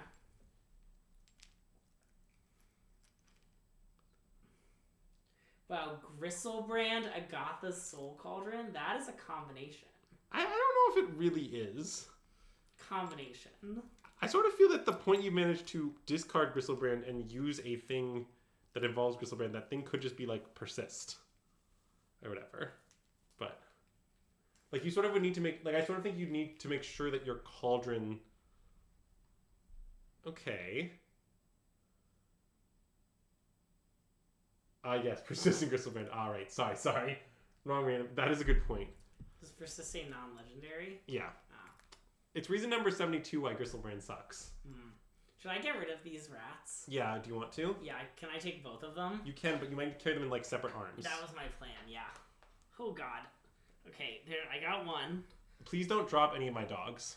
Okay, it's fine, I don't have any dogs. Yeah, okay, good talk. Say bye, dogs. So here, I think I don't want to do anything in the end. I guess,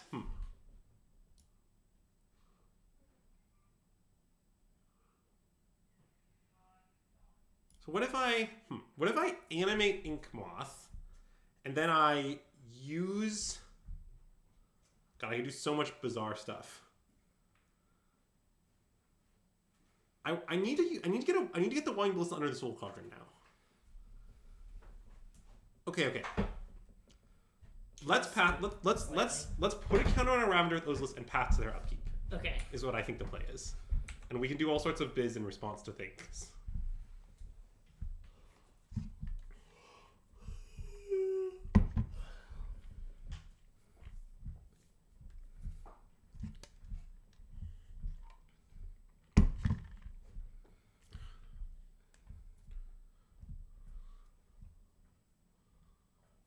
Basically, we have no reason to let them expend their mana on our turn. So this is how we make things awkward possible. Okay, so they're gonna pending our Rav. Okay, so in response to that, let's animate this. Right? Okay. And then we're gonna sack Rav and module onto it. Okay.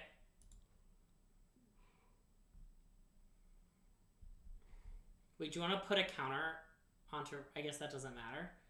There's no reason to. Oh wait, no, that does make sense because then but it's dangerous. I mean, that is better because it means that the extra counter, you get another counter that was like the counter does multiply. Yeah, I kind of want to do it. Yeah, I think we should do it. Okay. It's a little dangerous because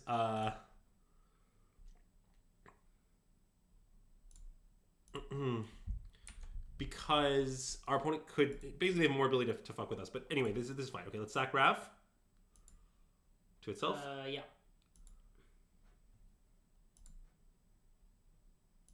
Module into this. Counters Leo's Lith. Cool, it worked. Nice. And then do we want to ping Teferi for one? Well, maybe, but if we're doing that, we don't do it right now. Sure. And hey, John Watts, thanks for the subscription! Great to have you back. And Alex, thanks for the follow. Oh, wait, I guess weirdly we do have to do it right now because this will stop being a creature and you won't have the ability anymore. Oh, that's true. Okay, wait, so let's ping Teferi now. Yeah. And I guess we should just ping it once right now. I don't really see a reason to ping it a second time. Because we can always animate later and then ping it then. I yeah, lose the Soul Cauldron, but... Okay, actually, wait, let's ping it again. Let's ping it again. We're going to do it, aren't we? This thing. Classic all our creatures are ballistas scenario. And so the weird lethals here are basically, once it's the case that all your creatures are Ravenders and ballistas, then all your creatures have weird pseudo double strike. Whoa, that's so weird. Yes. So that's the power. Ooh, Zabaz. I like Zabaz.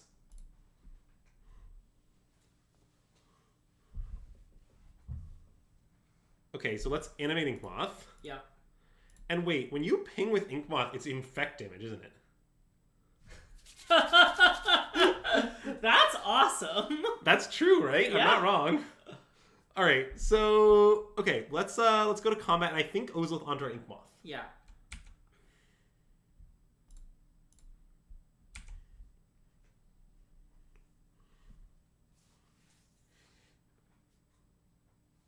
Okay, they're gonna Solitude. What's the target of Solitude? Presumably Inkmoth. All right, so now we can. I mean, I guess we can't do that much. Oh, no, wait, no, it's fine. So what we should do is now eat the Ravager, put a counter on Zabaz. Okay, yeah. So now we exile Rav. This is so nice. Counter on Zabaz. Yeah. Oh, I'm enjoying this. If that wasn't clear. All right. So now we sack the Inkmoth to this. Yeah.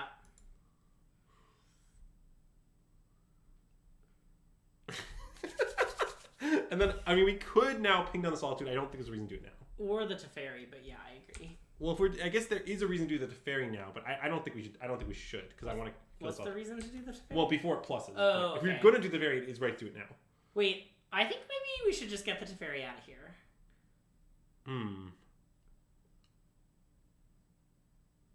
Okay, I mean, that's reasonable.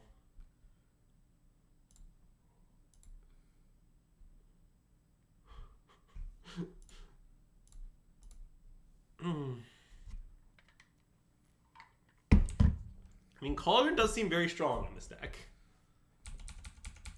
I wonder if there should be 3 or 4. Although it does have some problems. It's a little mopey. Yeah. Like it doesn't it's turning all our stuff into these like really threatening things, but it in of itself isn't doing anything. So it's a little weird. It takes some doing. Like it's gonna run out of fuel here soon too, which is kind of annoying. But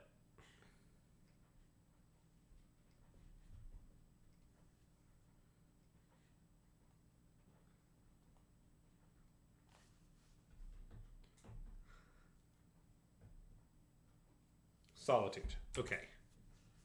So presumably we just let that happen. Yeah, you could. I guess we. Wait. I guess I should sack it to itself because I'll lose the life, but then it will be in the bin to be on a future counter. Oh yeah. Okay, so let's sacrifice the Zabaz. I don't think there's any reason to ping anything. Yeah.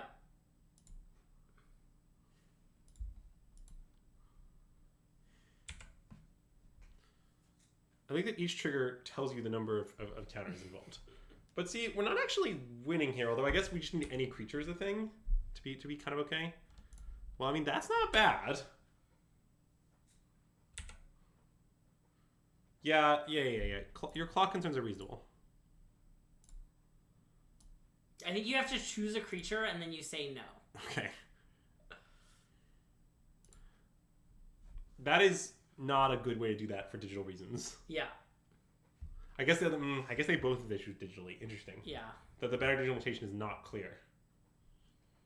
Yeah, I think clock is reasonable. I'm just have 16 turn. We're not going to use this Cauldron. Yeah. It's hard for me to imagine why we would. Maybe our opponent casts Cosmic Rebirth. Classic card, Cosmic Rebirth. Okay, let's pass. Nice. You have to. Oh wait. Oh. Was I supposed to make a thing just so I could? No, I wasn't supposed to. Because I'll get a counter off this Cauldron. And that's all I need. Also, I just don't. Maybe I was. God, it's very complicated. So that we could ping down the Solitudes. But like, we can just block the Solitudes is the thing. I mean, block and put a counter. Yes. Okay. Yeah. Got it. I don't. The appropriate amount to stress about the clock is unknowable. Here's the issue. It really depends on whether I'm going to win this game. Yeah. Which I think is in still quite a bit of doubt, despite many claims by Todd that I should have conceded 4 turns ago.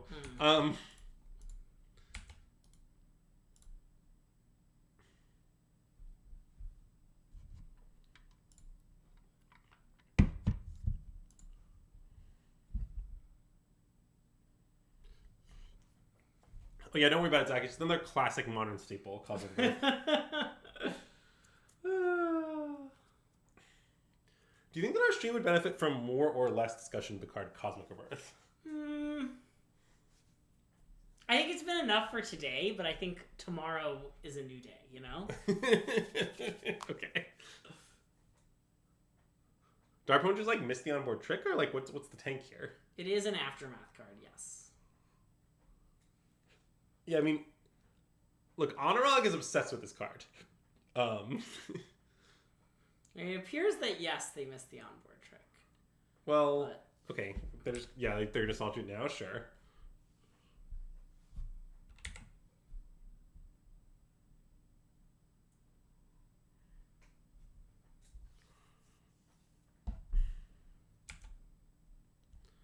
I mean, they have to keep answering just like everything forever. Yep.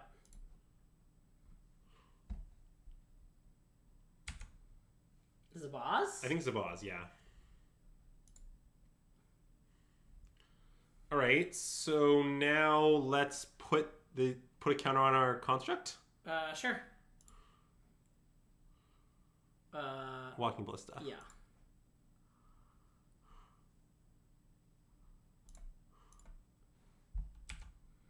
And then Ozolith onto Zabaz, right? Sure, yeah, that sounds reasonable. Do you want stirrings? Okay. Oh, I guess, sorry. I guess there's no reason to. Yeah, I'm not sure why we should or shouldn't. Yes. And then, okay, fine, let's stirrings. Sure. Yeah, I stand by. I don't know why we should or shouldn't. I mean, we can kill, like, everything they have now. Yep. And we would lose all our counters, which is a pretty real... Ooh, what do we want here? It might be Hangerback. Oh, Hangerback makes a lot of sense. I think Hangerback is what we want. Especially with 3 Solitudes already in play. Yes. Yeah. Also, because Hangerback in combination with all this biz is, like, Hangerback has red destroy itself. Yeah, right. Hangerback's really strong here. Yeah, I know, Zax, I know. But it's fine. We're going to win this game. X equals 1? All right. I mean, that doesn't... Main deck? Some people play, like, 1 main, yeah. Okay, sure. Okay, go to our turn. Interesting. Okay, so let's... Wait, now we can give our construct we can trample. Which is pretty appealing. Also, we can give this flying.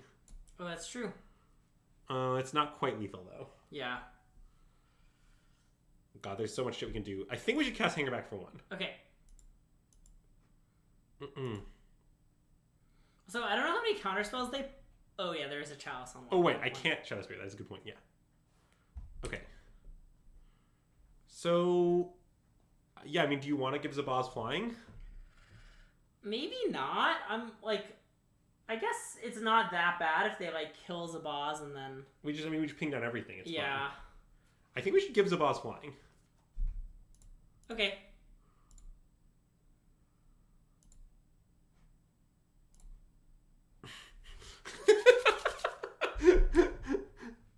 Just a classic give it flying angle. Also, this can attack too, I think.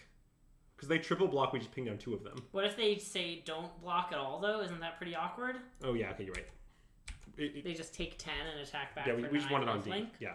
Yeah. And I guess let's grow it too while we're at it. Sure. I mean, I think we are maybe winning. But, Yeah. Well, you can't give Zabaz Hangerback Walker's ability. That's not how it works. It only gives activated abilities. Well, it does have the ability 1 and tap, put a counter. counter. Oh, yes. Sorry. It has that ability. But it won't have... It won't have the other part. I mean, I guess... Oh, man, there are some tricks we can pull, aren't there? We can give our construct token... So we can sack our Zabaz, module onto the construct, counters on the Ozolith. Ozolith counters back on the construct, give the construct flying. Yeah. And we can grow the Zabaz before we do that. Yes, that is possible. But see, I'm not sure we should do any of that, because it might be better not to. Yeah.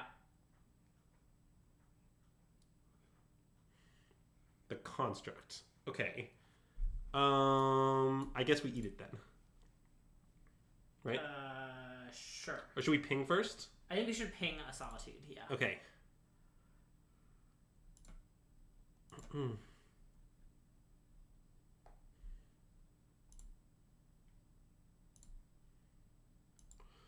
Yeah, I agree that it's possible our opponents hit the Cauldron, although they're sort of in trouble at this point no matter what, I think. No one of our permanents is that. Like, it's all a combination of things. So now, okay, let's do this. And I guess ping down another one. Yeah, I mean, I kind of think we should ping down them all. They have lifelink. Yeah. It's weird because our this does hit for, like, sort of double, but yeah. No, I think you're right, though. I think it's... Also, I like that these feed the Cauldron. Yep.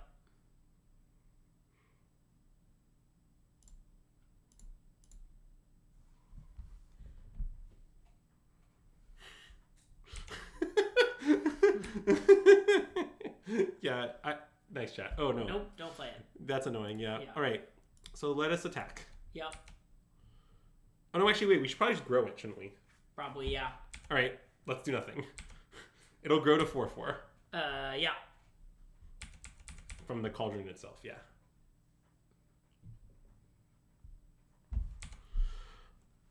Oh my god, this is such an absurd game. All right.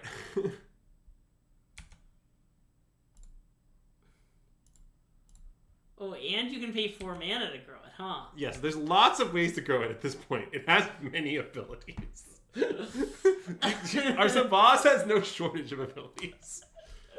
Oh, man. Challenge check them. It's been a long game.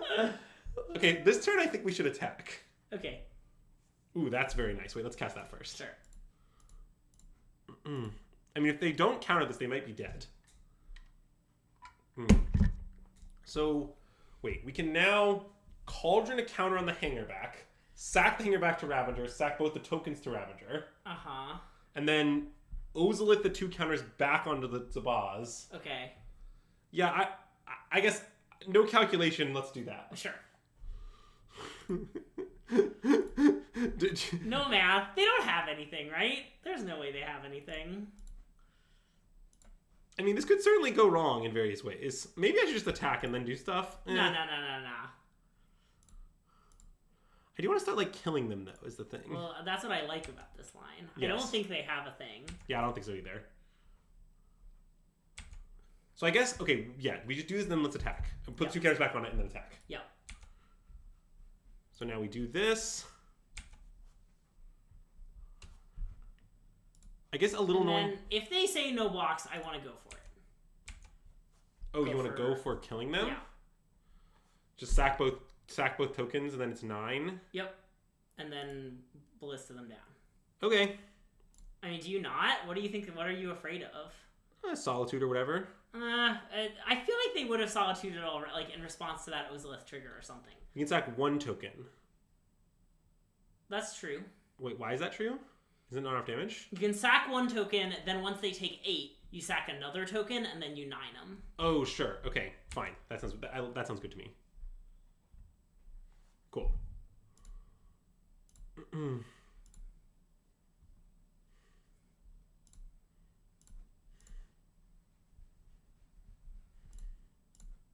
I mean, I don't know if they have, like, weird life gain, but I guess you could also sack some of the other artifacts if needed. No, they don't have any weird life gain, I think. I can't name how they would do that. Yeah. This is an awesome showing for Agatha's Soul Cauldron. This game was very good, although I'm pretty sure our opponent messed up by not removing it. Yeah. Do you want to put a counter on this just in case? No. Okay. They were, like, clearly F6. Like, the pace of the game was clear they were F6. Yeah. I mean, what just happened was extremely messed up. Okay, so we definitely want Haywire Might because they have Chalice. The real problem is I never have any idea what to side out with this deck. I mean, the Shadow Spear I think clearly goes. Yeah. Do we think this person has the ring? I mean, we said they had the ring before, but... I mean, that was a really long game in which they did not find any of the rings. Yeah, you're right. I'm sold. Submit this. Okay. It's just our stock boarded this out because it costs 2 and therefore is bad. Yeah. We're not going to time out. We never time out. It's Andrew piloting. What's going to happen is Andrew's going to... I'll start chatting with chat, and Andrew will only be playing. Welding Jar? Well, if they have Supreme Verge, I think Welding Jar is good. Well, they played 2 Supreme... I think they're saying we should bring one in, not take one out. Like... Well, okay. They verdict us. They verdict us twice, yeah. and welding jars is very good. I think having 0 welding jars is crazy. Yeah. I think between 1 and 2, I have no idea what's correct. Yeah.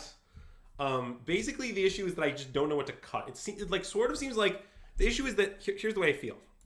Okay, so these cards are all uncuttable, and the first welding jar as well.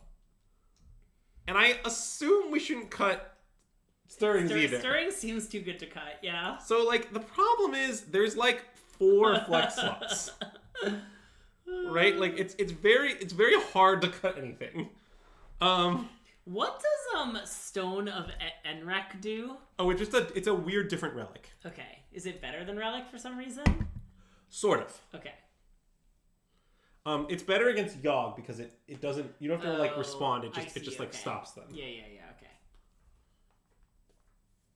But yeah, the way I feel is that it seems like at this point this deck has reached a state where almost the entire deck can never be cut ever. Yeah. So it makes it very hard to sideboard. Also, I'm not totally sure this should be in the deck. Mm-hmm. But it is a little weird that's a random like one drop. Well, the point is that it's a 5th Hardened Scales. Yeah. They're doing it because the passive part is strong. Yeah. But it is so bad. 2 is just so bad in this deck. It doesn't hit our own graveyard. That's a good point. Yeah, basically, I think there's some pretty good reasons to play Stone over it. It's a little complicated because it's worse against Living End. Why no Elfish Archivist? I did at some point say that, but it turns out Soul Cauldron makes it even less embarrassing.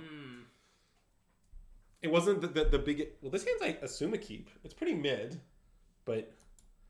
Okay. You want them all? No. My instinct would have been to mull, but... Wait, maybe you're right. I mean, these are both lands. I guess maybe because of that we can keep. No, let's mulligan. You convince me. Okay. You by unconfidently telling me to mulligan 4 times was easily sufficient. It's really the 4th one that gets you. Stirrings? That makes some sense. I mean, it's very good if we find Saga, but we're gonna be playing a bunch of biz. Yeah. I think this is a fine thing to talk. Ooh, Dom, that's a great argument. I mean, his hand definitely is way better. Another question is when we play on one, I think it's the Ozolith, but it's pretty complicated. Okay. Do you have thoughts? No, that makes sense. Yeah, I think what I like about this is just make sure that all our counters are always preserved. Yeah. And I think that's more important than anything else. Now, it's pretty likely they pending whatever we do anyway, but the one we don't play can't be played for several turns, so yeah. I still think we should play the better one. Sure. Scales. Chat, anytime we do anything, we have to do the Scales meme. Also, the Scales meme does apply to Soul Cauldron. You can just be like, Soul Cauldron. Nice. I mean, that's annoying, but it's not that annoying. That is unlucky. Alright. Hangerback? Sure. I think it's often right to play Hangerback on this spot because that way next turn we can charge it and play a 2 if we'd like. Yeah. Now, obviously, there's pretty good reasons we might not want to do that, but I think often that is simply right play. Also, it's pretty insulating against Wrath. Yeah. And then there's the Rav Last Principle, as it's often known. Okay, I mean, I don't really know what that's going to do. Oh. Interesting. Okay, I mean, I guess we just cast Patchwork Automaton. Yeah. And kill Teferi with the Hangerback. Yeah. And probably just throw our Ozolith into the fire. Oh, for a counter. Yeah. Okay. Boom. Ozolith this. Dude, this Ozolith I also think is really good. Yeah. I think playing one of that card is probably wrong. I just remember when I was playing Scales before. Yeah. I think we were we thought that card was a big upgrade for the deck, and so playing only one now doesn't feel right to me. It's also a 1-drop, which is so much better than 2-drop number 1 million. Yeah. I sort of feel like you should have 2 of that card before you have any of Ozolith the Shattered Spire is my current guess. But whatever, that's neither here nor there.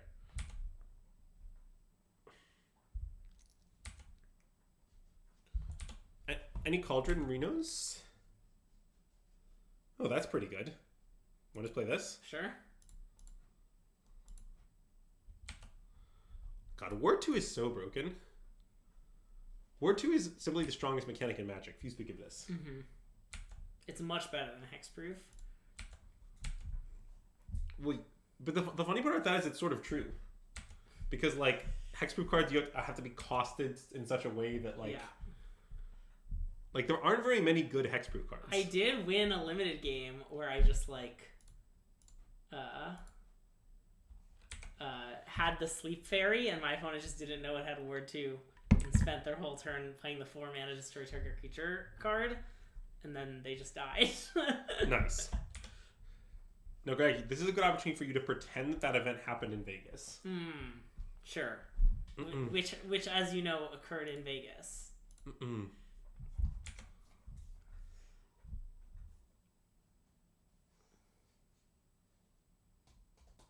Are they counting our Ravager somehow? I mean, maybe they're thinking about subtlety? Maybe. I assume if they have subtlety, they should cast it here. Okay, Ward 2 trigger.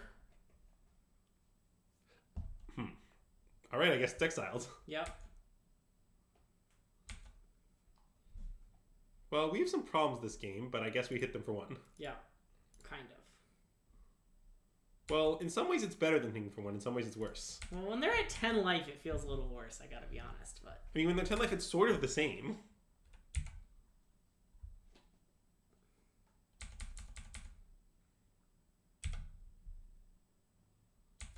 Uh-oh. That's very concerning. I'm very concerned.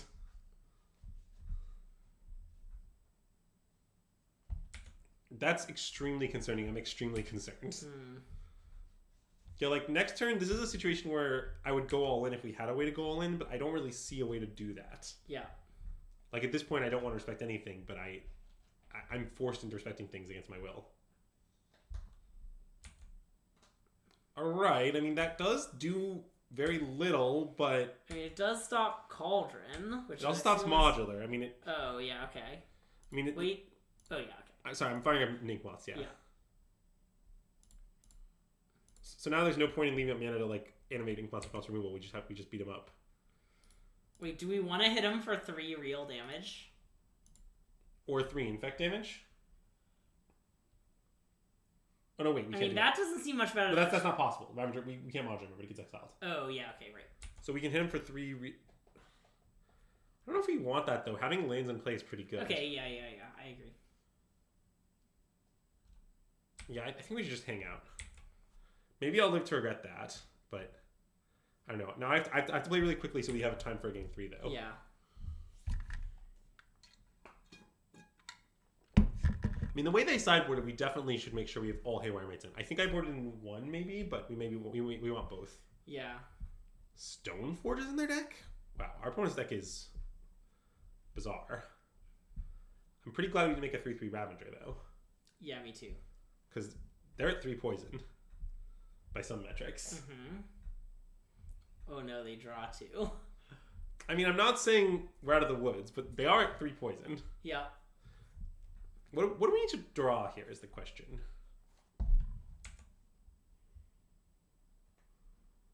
It's probably... Wait. Is that better? I think we should just do two more. Oh, no. Let's concede. Disaster. Okay, yeah, agreed. I'll concede in shame. It's fine. Yeah.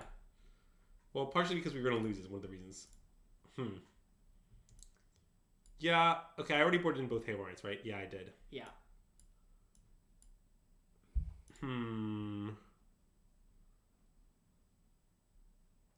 Did that change anything? Great question, Young PZ420. Today, we have an official candle sponsor of the SystemMagic stream, which is Boys Scented Candles. We haven't done it in a while. We got an exclamation point Voy. Do it. Huge shout out to Voice Scented Candle for sponsoring our stream. We've got a very lovely wildflower meadow candle, which you can check out on Amazon. You can also see their other scents. I'm gonna read the notes again. Wait, 1 second. I'm gonna cut an Ancient Strings to bring this back in because of Chow's. That makes a lot of sense. Okay, go ahead. Okay, here are the notes in our candle.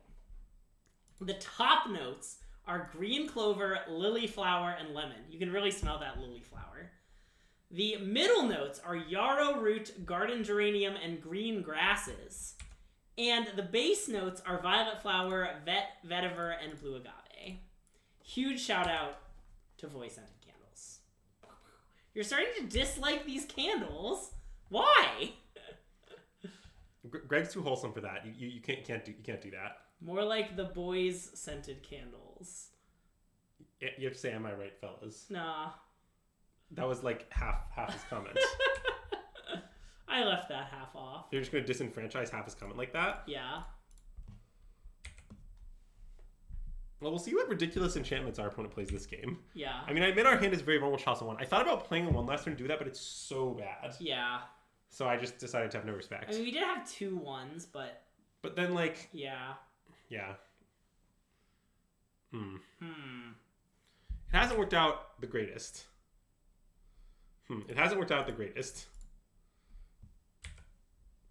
Yeah, now we're in enormous trouble. I don't know, maybe I should have played the 1. I really didn't want to, like, it makes this one smaller, and then, like, this won't resolve the next turn was kind of my worry. Maybe that's all nonsense. Also, I guess I can exile irrelevant cards in the graveyard. I guess so. But that does cost valuable clock seconds. Yeah, that's true.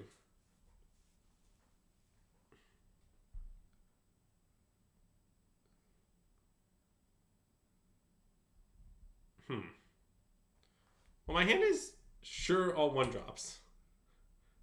Any Ozoliths? I mean, is it time to play a Zabaz? It's probably time to play Zabaz, yeah. Yeah. I think just one Zabaz, though, maybe. Yeah. Mostly because I think there's a chance we end up in a weird situation where we Saga for Haywire Might to remove the Chalice and then might want to have Zabaz in our hand. Yeah. Maybe that's too bizarre to contemplate. Maybe I should have just played it. I don't know. We're just in huge trouble is the thing. Yeah. Oh, Kraken IRL pack has been redeemed. Alright, fine. Let's cast it now. Now it costs us nothing is the thing. Yeah.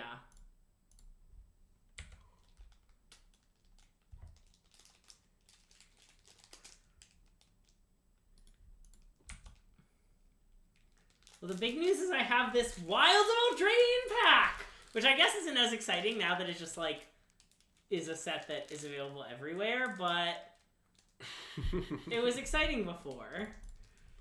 You can still be excited if you want about it. Let's open it while we're comically dying. We are comically dying. So are we going to play all 5 matches? I don't know. We can see how we feel. We could, famously, even though we're streaming limited, we could like play 4 and then start our next stream with the 5th match. Yeah, I mean, I think that's a little bit weird as a viewing experience. But yeah. I'm open to it. Is this Evolving Wilds? That kind of looks like Evolving Wilds. I don't know what the Art of Evolving Wilds looks like in the set. I think it's this. Yeah, it is Evolving Wilds. Nice. Like, yeah, I don't know what else it would be, so like I think you're right, but yeah. Wow, look at this. Look at all these foils in my setback. Whoa, Phyrexian Unlife? Man, sure did lose our tribal 2-drop stake against Chalice there, but yeah. So be A it. Tale for the Ages? I guess we're just going backwards. Okay, I'm gonna start match 4 so that because of real life clock reasons. Yeah. But keep going through the pack. Well, here are some commons. They're all like red-white cards. We had like a celebration. Ooh, there's a theme. rat catcher. A rat catcher. That one's nice. And some mice. We might Do you first think pick the the rat catcher would catch these armory mice? No, they're mice, Greg. They're not rats. And then Are you saying all rodents look the same to you? Yeah. In fact, that's all racist. animals apparently. And then here's some. I guess our uncommon cards are like fairy bargain themed. You know, 3 of them are fairies. Because that's how set boosters work, right? Like the cards you get are in a theme. Wait, I don't... Is that how they work? I think that's how set boosters work. I definitely don't know that to be true. Anyway, I guess our rares were Tale for the Ages and Phyrexian Unlife. Which is, you know, pretty exciting. Anyway, thank you for redeeming Kraken IRL pack. That's my only Wilds of Eldraine pack, because I gave my others away to a new player, who was also a friend of mine. Another Saga? Yeah, that's probably better than the Ozolith. We need a 3rd land to use our first Yeah, Saga. okay, good point. So I think it's this. Also, just like 2 Sagas can go kind of crazy, right? We can like find a lot of Zabazes and Zabaz them. Zabaz is nice. Many are saying that it's not the first Zabaz that gets them, Greg. Yeah. What is this? Stomping Ground? Stomping Ground's a weird land to fetch. What? Okay, well, I don't know what Stomping Ground DRC means. If you out there at home do know what Stomping Ground or DRC means, feel free to let me know. Oh. Hey, Freaky Nasty! Thanks for the raid! Welcome to SystemMagic. If you are coming over from Freak You Nasty's stream, we're SystemMagic. I'm Greg. This is Andrew. We are streaming some modern scales. Prowess with Otter Splash. That could be what we're playing against. Oh. I have seen the Otter. I've mostly seen it in Pioneer, but maybe people are doing that in Modern too.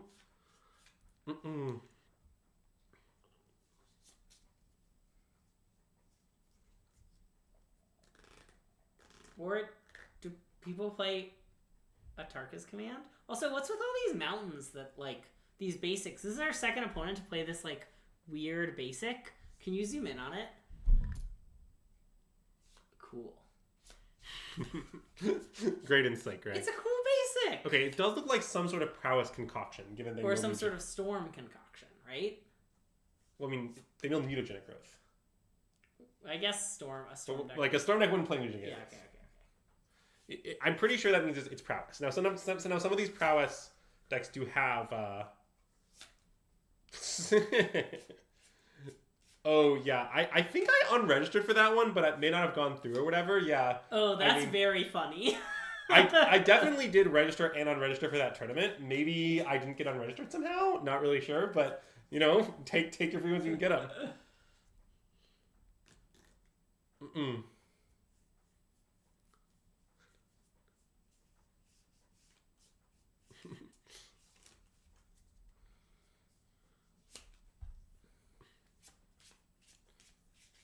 So, are we gonna make a construct here? Yeah, I was wondering that too. I mean, maybe not. Is that insane? It doesn't seem that insane. It seems like against this deck, resources probably aren't the determining step. At the moment, it seems like our resources are rather limited. Yes. I yeah. mean, the thing is, like, we might want to Shadow Spear the crap out of them. Oh. Well, but I'm not sure whether that implies we should. Like, I'm not sure what that implies about what decision we should make. Really. Yeah. We can also Soul Cauldron these lava darts. I guess that's not very good. Yeah, that I think is in the category of things we can do, but just because we can doesn't mean we should. Yeah. So, okay. I mean, if we could play, but like... Because the other thing we could do is make a construct and then just play all the cards next turn. Like, because they're all 2s, right? Like... Yeah, like, okay, so wait, like what line do you have in mind? Just, like, play Pendelhaven, make a construct, say go, they do some stuff. On our turn, we, like, use the Saga for mana, start playing all our cards.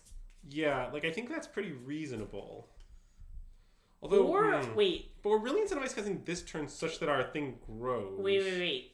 Do you ever... What if we play Agatha Soul Cauldron, and then play Hangerback for 0? Oh, interesting. Or so maybe, Ballista for 0. Wait, Ballista for 0 seems really good. That sounds great. Yeah, okay. We could be dead. We always could be dead. I mean, what do you want me to do about that? Like, I understand that if our opponent, like, plays Breach and does some biz, like, bad things happen to us, but... Yeah. Wait, it seems like Cauldron into Ballista for 0 is really good. Yeah. Let's do that. Okay. Well,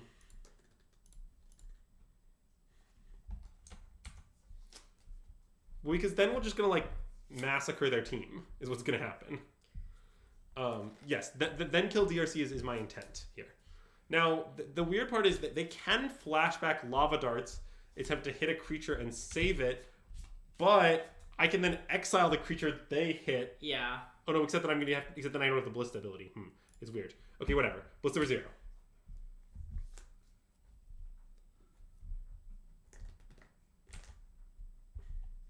Well, I'm not going to kill the Prowess creature first. Yeah, I'm not going to do that. I don't care about the Modest Despair.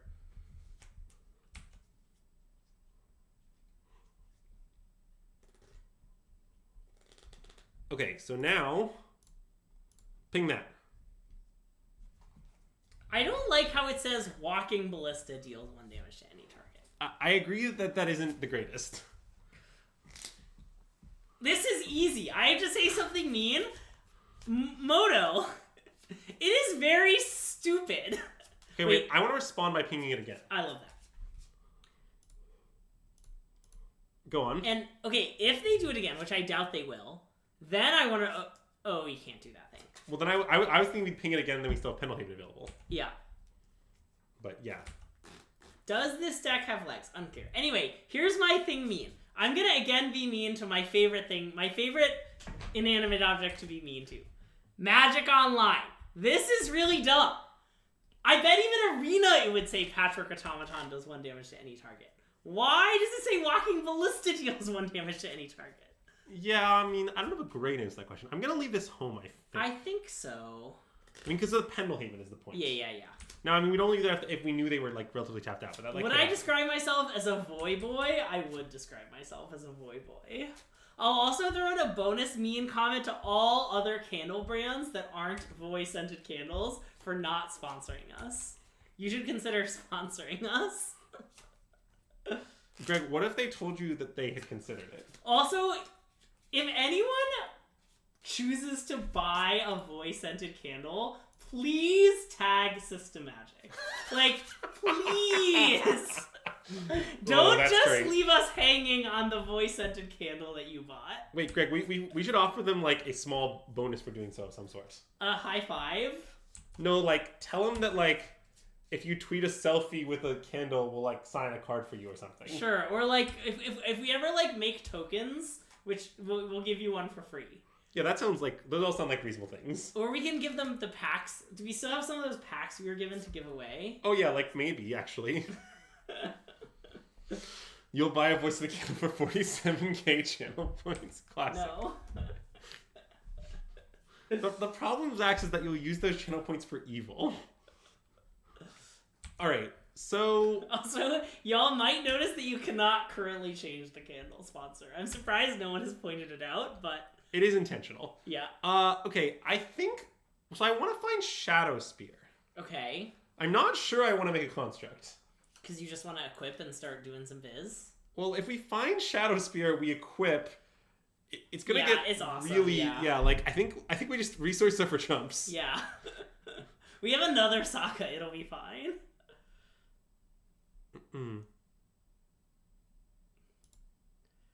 Oh my god, Words on Stream has been redeemed? Oh my god. Yes! Well, that's a great choice of redemption. Oh my god, that's so exciting. It'll take a bit, but we're definitely going to do it. We will do it. Alright, so now I'm going to play the other... Maybe I shouldn't play the Saga. Maybe I just play Zabaz. Yeah, I think no Saga, okay. maybe. And the next turn we'll do this, and then the turn after we'll Saga. Yeah, okay. So now we use Zabaz, which notably we can use any color of mana activate, don't forget. Uh-huh. I mean, we're about to... This is going to get really out of hand. So now let's yeah, okay. Yeah. The classic Saga mode of God. Best channel point value redemption. I actually think this is the first time it's ever been redeemed. Although maybe Sarah redeemed it once. Sarah definitely talked about redeeming it once. Do we want Grafdigger's Cage? To turn off... Because of Underworld Breach. Oh. Yeah, maybe. It seems like we might want that. I don't know if we do or not. God, Sidebringer deck is just impossible, though. It's really... Take out the 2-mana card? Oh, he's got the Ozlith again? Yeah, it's too slow for the matchup. Yeah. Makes a lot of sense. Is Haywire Might good because of the life gain? No, that's silly, right? I think it's silly. Or like Tamio's safekeeping? I mean, neither is crazy. Burn our things and then we can gain 2 life and then we have an indestructible blocker. But like, our things all like do biz when they die. Yeah, I think the cage is fine, but I don't want to mess up too much else. The one split between Stone of Ereshek and Stone of Ereshek. Yeah. Is that how you pronounce that? Eric? I know you would know. It's a Lord of the Rings thing, right? Okay, yes, but I have no idea what this is a reference to. Yeah. This is too deep lore for me. Yeah. Also, yeah, I assume we don't want Dismember. I don't think so. It costs 4 life. Yeah. Yes, that is how Andrew pronounces it. I think Chalice on 1 is kind of bad for us, and I get that it screws them worse, but I'm still not sure we want to do it. Yeah. Like, my intent with these Chalice on the sideboard is to only board them in 4-0. Yeah. Okay, so I think we should keep this. I like it. I don't know if we should play Shadow Spear on 1 or not. Because you're scared of it, like, dying? No, because it's worth a counter on Patchwork Automaton. Oh, right. And it has an odd CMC. Yeah, okay. See, the parity of CMCs is very important in Scales. Yeah. It's okay. We'll draw a good. I mean, if we draw Scales, that would be nice. Yeah, Scales is what we're gonna draw.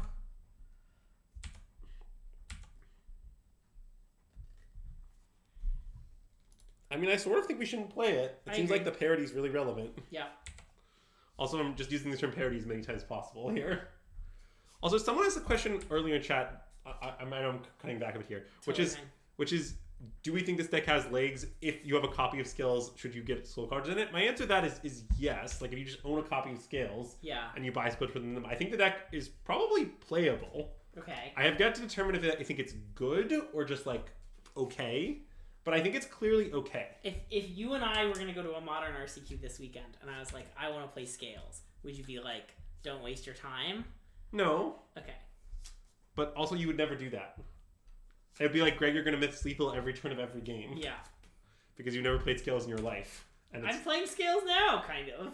Yeah, that is true. You have kind of played as many as 4 matches with Scales. I'm famously pretty good at math. Yeah, I wouldn't say that it's math exactly. Yeah, I guess that's true. I would say it's somewhere between arithmetic and calculation. Not my specialties. Wait, they didn't use the Morphos mana? What do they have? I mean, kill spells? I guess. I mean, they might have, like, bolted us there if they had, you know? Yeah, like, I guess that's true. Doing nothing is pretty bizarre. Anyway, Patchwork? Yep. I mean, second verse, same as the first tier. Like, if everyone doesn't kill this, it's going to destroy them. Yep. I get they could, like, land Lava Dart or whatever, but that's fine. That's fine. Ancient Grudges? They could have Ancient Grudge. I mean, that would be good. That would be bad for us. Imagine we had Narnum Cobra. Oh my god, that's a combo! As an update, I have no intention of imagining that. No one can make me. Do you know that Infect is basically Death Touch? I mean, I think if you're, like, interested in playing Scales in a modern tournament, you should definitely play Soul Cauldron in it, yeah. Like, I think it's pretty... I think it would be pretty crazy to... Yeah, like... Now, if that's just a deck you already own and like to play, like, yeah, probably. Man, it would be great here if I could like plug a particular Magic site, but I don't really have an association with any of them. But if any Magic sites want to sponsor us, we'll start plugging you. I would say the one I'm closest to have an association with is Rodney Incorporated. Nice. But yeah, I guess like you could buy Magic cards from our friend Dylan. Oh yeah, Dylan Incorporated I also have an association with. Yeah.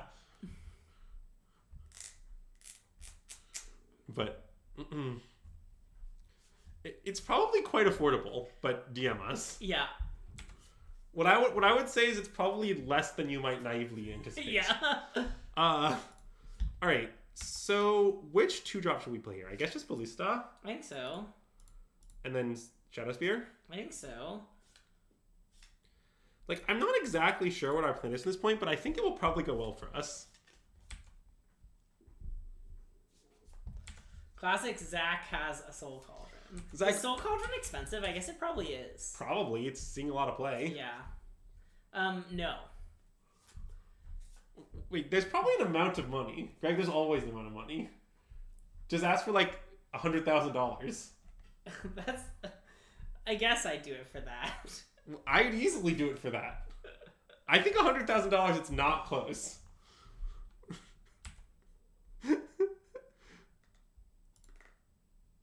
In general, I have a rule about this, which is, look, for more or less anything, there's the amount of money that I would accept to do that thing. Yeah. For some things, the amount is larger than others, though. And also, more or less is important. It's probably not literally true that this is the case for anything. Cauldron is $50? Wow. That's so many buckery dues. 100K per stream? Yeah, like, that's a reasonable amount. And hey, Social MGG, welcome to the stream and thanks for the follow! Okay, well now we're very resource constrained, so I think we should hang out and do some sagaing. I agree. Let's turns first, though. Yeah.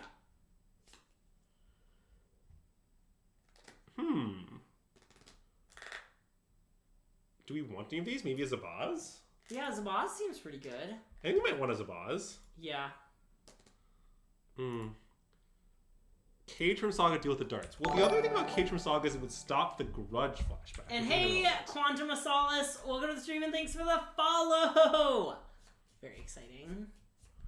I guess they can just use one of these lava darts to kill our construct. That's a little awkward. I mean, I assume that they will, but I mean, we make them sack a land. I mean, yeah. You know. Well, what do you like? What do you want from it? I'm pretty happy to trade our Saga for the lava dart in the bin and the land in play. Yeah. I'm more worried that we're going to somehow end up dead here. Yeah, Abundant Harvest. I mean, that makes sense. I mean, these cantrips are good in this deck. That's like probably the best green cantrip.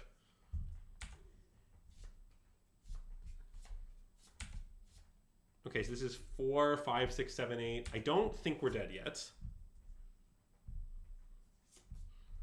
The funny part is we really need to... Making the construct cause take more damage. So we definitely need to not do that. Making the construct will make us take more damage? Because it allows our opponent to grudge the construct. Oh, right. Okay. Cast which procs prowess. Yeah. And also prevents it from blocking. So, okay, we're not dead right now. I mean, maybe they want to just go for it here and put us to 3. That wouldn't be unreasonable. But, okay. They don't do it. Well, I don't hate make a construct now. I think we should make a construct. Cool. Yeah, I'm saying we didn't want to do it then. Oh, sure. Okay, yeah. Like, it's fine to end standing construct, but in construct takes actively more damage. Well, as well as they're trying to indicate. Yeah. And I think we probably should make a second one too, but we'll get to that. Yeah, I think we should make a second one. I mean, the only reason to not, which is a weird reason, is that if we don't make a second one, they might not lava dart in response. And then we can go get Cage. I guess they'll still lava dart in response. I think we should just, yeah. Okay. Also, I don't think it's obvious our opponent will play around us finding Cage. Yeah. Like, legitimately. I mean, they might lava dart the first one still, but I don't think they're going to lava dart the second one. Yeah, and I assume Cage is what we want against just 2 flashback spells. Well, unless they... I mean, we'll see what they do. Yeah. If what they do is to lava dart both constructs before this resolves, then we can find something else. Right, which I guess they might do because it's going to grow. Yeah. Okay, so it looks like they are going to just do that. Okay. But it still locks out the grudge. It's still not unreasonable. Yeah.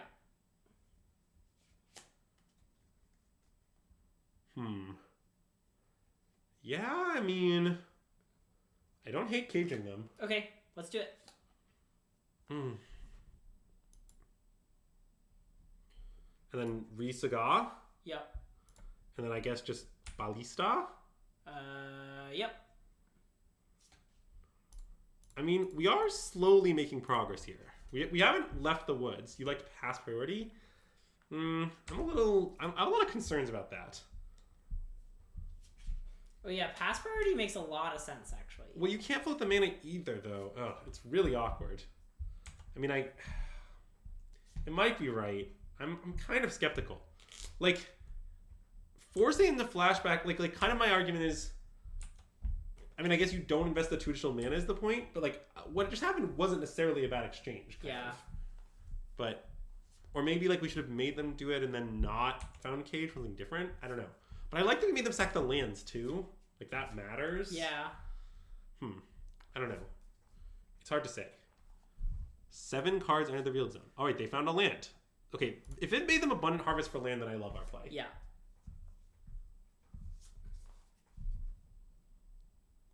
Bolt. That is concerning. All right, let's ping them. Yeah. Honestly, in paper, that should fit. That fizzles the prowess. Yeah.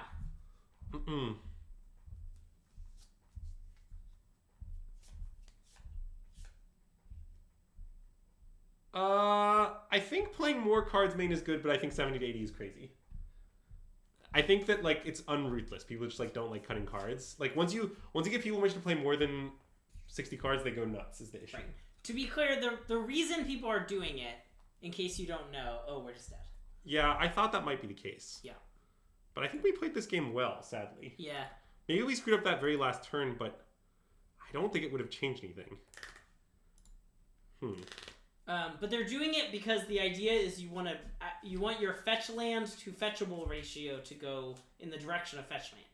You want to be able to play more fetch lands and be less likely to draw your fetchable lands, which means you can increase the cards in your deck. Since the average card quality in your deck is just great, it's okay. It's, this axiom of, we want to always draw our best cards isn't as relevant. Just in case... If you don't know what your best card is, then it's hard to argue that axiom. Yeah. And I think that 4 colors sort of reached a point where I don't know what the best card is. I think I'd rather Tamiyo Safekeeping than Haywire Might, if we're going to play a card that has gain 2 life on it. Oh yeah, 3 Triumphs is nonsense. I would never play 3 Triumphs. That does defeat the whole purpose, I believe. And we could put out Stirring because it's kind of slow. I don't know. I guess that makes some sense. I mean, we don't have a lot of cards we can cut, as usual. Yeah. I mean, I don't hate this. I think I want to do that. Okay. Like, I feel like Safekeeping's so good against the Monastery Swift Spearing. Yeah. Because, like, you both it is. save your guy, and then you have Indestructible, and then you gain life. Like...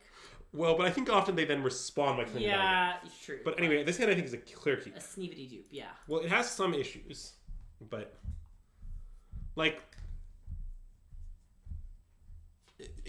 Definitely reducing how much you draw your cards is the cost of doing it. Yeah.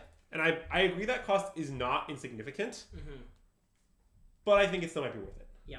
Well, also there's I don't think it's also totally irrelevant that decking does actually happen occasionally, but mostly in the mirror. Yeah. But. I mean, I think this is not why they banned Yorion, but I guess maybe it wouldn't surprise me if, like, part of the reason that they banned it is they knew Up the Beanstalk was coming. I'm not. I think that might be giving them immensely too much credit. That's fair. Remember that they barely know what goes on in non-standard formats. Yeah. Okay. Like, I'm not really sure how to like describe it exactly, but just like observably, this is true. Yeah. Okay. Well, now I think my intent is to slam Ballista and ping this Dragon Rage Channeler. Yep. Love it. I mean, they could, like, Mutagenic Growth to save it, but that's okay. Ooh, and now, which way should we do it? I think off Inkmoth maybe is best. Okay. Because I don't want to make a Saga token next turn. Yeah. Well, I mean, if they mutagenic save it, I'm going to ping it again. Sure. I want this thing dead. Okay. And yeah, the reason I'm doing that is next turn I definitely want to play Soul Cauldron and Scales, so I don't want to make constructs, so therefore we want the construct to be like further out. Yeah. What I will say for the Saga's credit in general is that I don't know. I do think the card usually leads to a lot of interesting decisions in interactive games, even if I think its like effect on things is a little bizarre. Okay, let's ping them. Yep. I mean, what's nice is we have famous Walking Ballista Inkmoth Nexus here. Yeah. And it doesn't even need to be untapped to... It gets 3 counters per Soul Cauldron activation. God, that's so unhinged. Unfortunately, I guess we can't quite kill that this turn. Because we can't play Cauldron and play Scales and activate Inkmoth. Yes. But, I mean, I think that's, like, mostly okay. We'll give them 1 turn with it. Yeah. Like, unless they, like, breach us out, like, next turn, I think it'll be fine. Well, to be fair, Levi, we did make a lot of constructs against the control decks, right? Yeah. It's more just that, like, in matchups that aren't controlled matchups, you don't need the constructs as much. Okay. It's a little awkward, but obviously we'll deal. Yep. Scales. Something I think is actually impressive in this particular league is we haven't had Scales in play that frequently, and we've been winning. Oh, that's true. Wait. I should exile Lava Dart. You could also exile the land, which will turn off Delirium.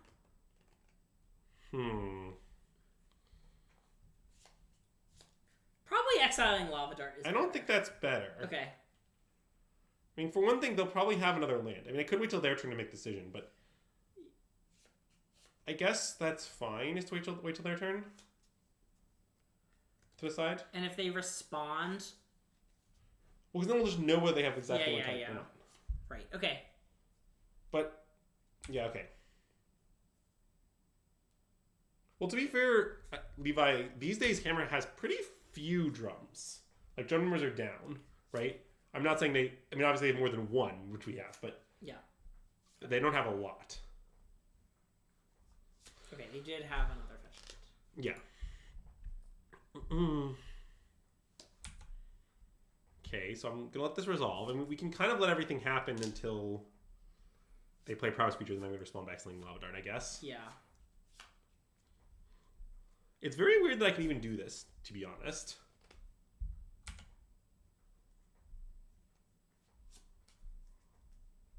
Swiss Spear. Okay. So they're going to Swiss Spear. I'm going to respond by Sling Lava Dart.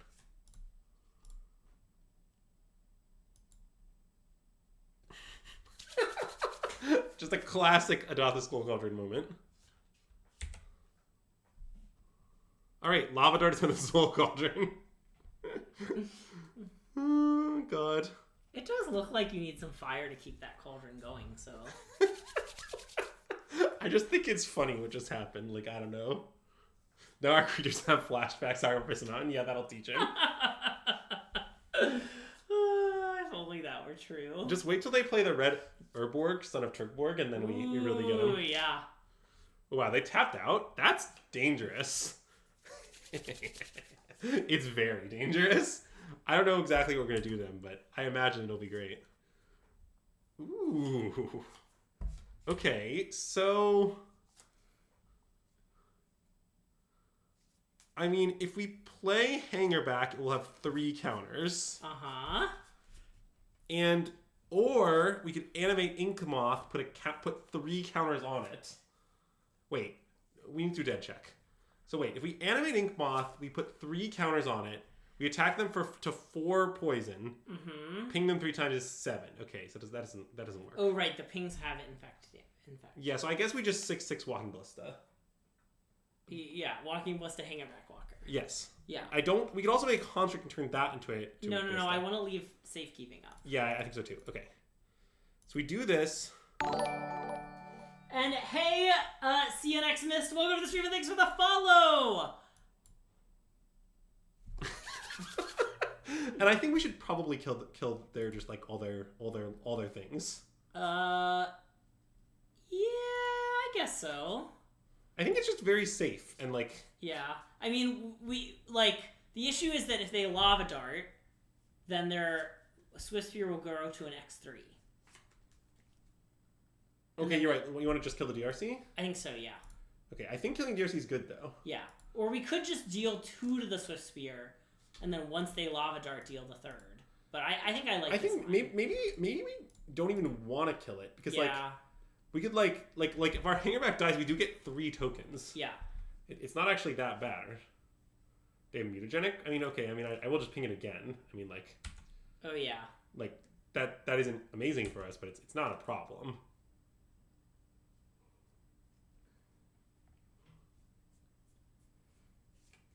What modern deck involves the least counting? How do you go about counting 1, 2, 7? That's a good, not very much counting. We are getting 3 counters a turn. That's true. Well, and if we keep hanging back around, we're getting 6. Like it isn't crazy to not block. Yeah. Okay. I mean, I think we'll still do it. Yeah. Like, I'm not afraid. I'm just gonna keep doing it. Although I guess their plan here is they're doing this because then they can Lava Dart. But. Okay. Yeah. I'm just not that worried. I mean, for one thing, we can save it. Yeah. If we really want to.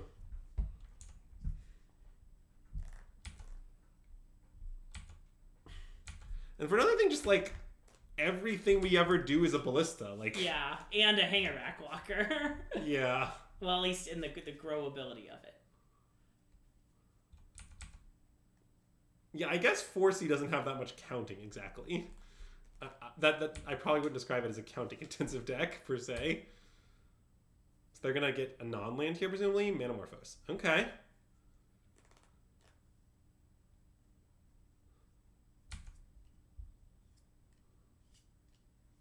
Yeah, it's weird now. You're right. So like if they kill it, we can save it and fog them also. Yeah. But if they don't kill it, maybe we just take. We just take 3. We're at 16. Yeah, like our life total is not in jeopardy.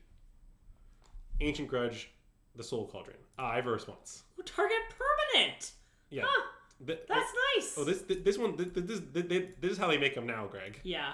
None of this only creature is BS. Any permanent you want. Tomio is keeping Agatha's Soul Cauldron safe.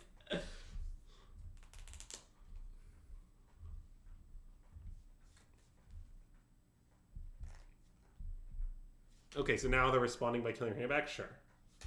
That is just fine. Yeah. I guess you should ping them, but... Oh, wait, I guess not. We want the Thopter. I want the Thopter. Yeah, I don't want to ping him. Yeah. Good point. And I think I think it's fine to just take 5 from this, honestly. Oh, yeah. Yeah, we probably, in fact, need to do another complicated dead check. I bet we do. We have 2 scales. It's really easy for them to be dead. Because you can go, like, get Zabaz, right? Yeah, or... Although... Or Ozolith? Oh, God. Okay, wait. So now, wait. So now we play Zabaz with 3 counters. So we find Zabaz, we play Zabaz, right? Yeah. So there's 2 Zabazes. And there's no So then one Zabaz dies, which is 4 counters on the Thopter. Yeah. Right? Then the other Zabaz kills itself, which puts just 3 counters on the thing, because it won't see itself dead. Also, wait, shouldn't we... 7, 8, they're dead. Shouldn't we be putting counters on Nexus? But... Sure, that's fine too. Okay. They're more dead than anyone's ever been. Okay. Like, it's not close to being close. I would like to get a no bully on that. Alright. No bully, they're more dead than anyone's ever been. So, yeah. Mana for activation is missing. Well, for one thing, I can activate any color with any color mana. Yeah. So... Great check of the bully. But I guess, anyway, I can kill them in, like, any way that I want. I'm going to choose to kill them with the Thopter token. Okay. But, you know, people out there can feel free to make their own choices about how you would kill your opponent here, you know? Like, yeah. Feel free to tell us in the comments. Oh, yeah, I gotta stack these, you know, replacement effects. So now it's a 7, so that's already almost lethal. But now we also get to kill this Zabaz. So destroy it for red. And I'm going to use colorless to do that. Yeah. Famously. Do this. Yes. 12/12. It's actually lethal without pinging with Ballista, funnily enough. Oh my god, I forgot about the pinging with Ballista part. Oh yeah, this is 30 damage. Oh, nice. If you were wondering, Soul Cauldron is good. So it's probably lethal without... Wait, don't start the next match. We got a words on stream. Oh, right. Okay. And then we'll maybe play a 5th match. Well, we gotta tell them we will so they stay, you know? We'll definitely play. I want to play a 5th match. Yeah, great. Just like that. My sleep schedule is absurd right now. It's fine. Well done. All right, so for those who don't know what's about to happen, is we've just someone redeemed words on stream. Wait, to be clear, it was Levy, official word guy of the SystemMagic. Yeah, He's great. The official word guy. A free word guy that will boost our live stream by interaction. Look at this. Ah, wait, this isn't what we want. Don't do that. Wait, we should already be synced, but I guess it's been a while. Hold on. Did it unsync or something? Maybe. No, okay, it's ready. Okay, cool. SystemMagic record level 19. Okay, so what's gonna happen is we're gonna play a game, and we'll just full screen it, Greg. Oh, good call. Don't. There we go. So okay, currently our letters are D-N-O-V. You know, these are our letters, and you can type into chat any word that you can make out of these. Excellent. Cliff found done. Here, I'm gonna find nerd. Okay, totally fine. And then, if we get enough points, we'll advance to the next round. And then we keep going. Notably, you can't find 2 words in the time until this lock has passed. Yeah, so it has to be a team effort. It has to be a team. Like, one person can't come in and type them all. So, it might reject your word if you've already found a thing. Excellent job finding vendor. Erode doesn't work. Oh, wait, there's only one E. Sorry, yeah. damn. It is not, whatever that one in the New York Times spelling bee. Whoever found vendor, keep it. Did you find it because the classic card hey, spelled vendor? the Nano Magic, welcome to the stream and thanks for the follow! I do miss, usually I have my own computer off to the side, but now that I've moved out, I often don't have it, and I do miss having it for typing things into chat. Wait, what about, have we done this one yet? Ooh. A nice redo. Ooh. A lot of people like O-D-E-R. I don't know what O-D-E-R is. O-Dare? Also, you should know that they're by size presented alphabetically. Yes. So this word is alphabetically before done. It probably starts with a D. Yeah. To be specific. Wait, the word is... No, I actually don't know Wait, what the word why is donor not... I guess you were... Oh, doer. Nice. Okay, but what the heck is the word below drove, though? Oh, yeah, it can't be donor. That word I don't know. Oh, I guess donor is D-O-N-O-R. Donor is not possible, yeah. Yeah. I don't know what that word is. And it doesn't show us, right? Nope. Which is rough. We have to live with our lack of knowledge. We may never know what the answer is. We'll never know. But we do just get 3 levels. There's that. Excellent. Also, it's going to get harder quickly. Yeah. I'll warn people. I don't think level 4 is that bad, though. Yeah. Like, I bet there'll be 7 letters, no nonsense. Yeah. So now we have 7 letters. Notably, there's only 1 vowel. So. That is really weird. Ooh, great find, Ari, of stylist. Nice. Oh, wait. My word was already found. Oh, unlucky. What was your word? Stilt. Oh, stilt. Stilt was already found, yeah. Wait, have we done the classic word tilty? A good description of Ajax? Is tilty a word? Yeah, someone who's tilty. I don't think that's an actual word. Wait, is tilty really not a word? No. I demand a recount. Tilty, like that pinball machine is a little tilty. Like, maybe. I would say that the claim that tilty is not a word is tilty. Silty. Silty, though. Oh my god. Silty is a word. This is nice. I love words on stream. Ooh, again, we're down to 1. Is it the classic word listy? Listy. It's not. It has to be after stilt. Oh, you're in right. the It alphabet, does. But Yeah. before tilts. It's between stilt and tilts. Right. So it starts with an S or a T. In other words, it must. In fact, it Be probably like must start with an S. Or ST. Is there an SY or S or something? Stitz is that? Stitz isn't a word, right? Styly. Styli. The plural of stylus. Wow. Yeah, the plural of stylus. That's insane. All right. Good word, forgotten word, by the way. Yeah. Current leader on the SystemMagic Words on stream. Okay, so now there's appears to be 7 letters, but one of them is a fake letter. Yeah. So one of them, oh, you guessed styli as a joke. Ooh, great find of fallen. So This the V means is fake. The V is fake. There will be no V. Ignore the V. Ignore the V. It is pretend. It is not actually there. Yeah. You better not use that V.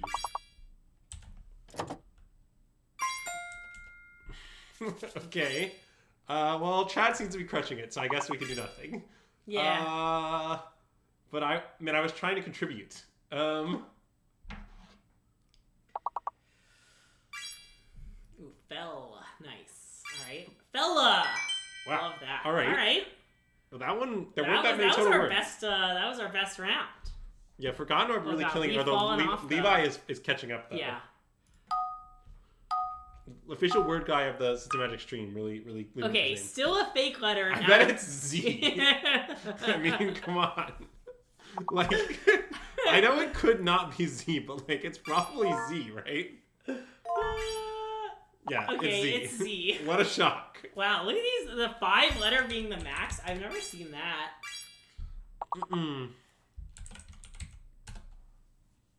Nice. I was going to suggest that word too, although we were locked.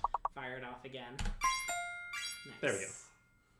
I'm just trying to make sure we contribute enough, you know? Yeah. I don't want to coast on the knowledge of our viewers. Ooh, raspy is nice. We need to prove that we too can find words. Yeah. The best part is when I'm playing over there and Andrew's playing here, we're both as SystemMagic, so we lock each other out. Yeah, it is nice. Sometimes Andrew finds like a 4-letter word and I'm looking for the max word, and wow. Okay. I don't get to put it in because Andrew locks it out. It's always a disaster. Do that, yeah. Ooh, all right. Okay, now I bet we're gonna get in some. Okay, so now there's both a fake letter, like before, but also this one, we don't know what it is. There's some letter that isn't listed here. Yes. So, yeah. Okay. Toon and Dune are in, so it's like MG or V that's fake. So V. Mute is in. Okay, so V is the fake letter again, I believe. Okay, but then we have to figure out what the word is that uses all of these that also uses another letter of some sort. Yep. I mean, B being the fake letter makes a lot of sense. Yeah. But we have to get the big word. Ooh, nutmeg. Okay. Nudge. Okay, so we still haven't found. Ooh, dungeon is a good guess. That would be another. No, but there's a U. There's an M. There's no M. O. M is in. So O isn't the fake letter. The fake letter is V. No, sorry, the hidden letter. Judgment. Oh, wow. Is it time to once again to discuss my favorite podcast, Dominari's Judgment? What I like about it is how fictional it is. Anyway, have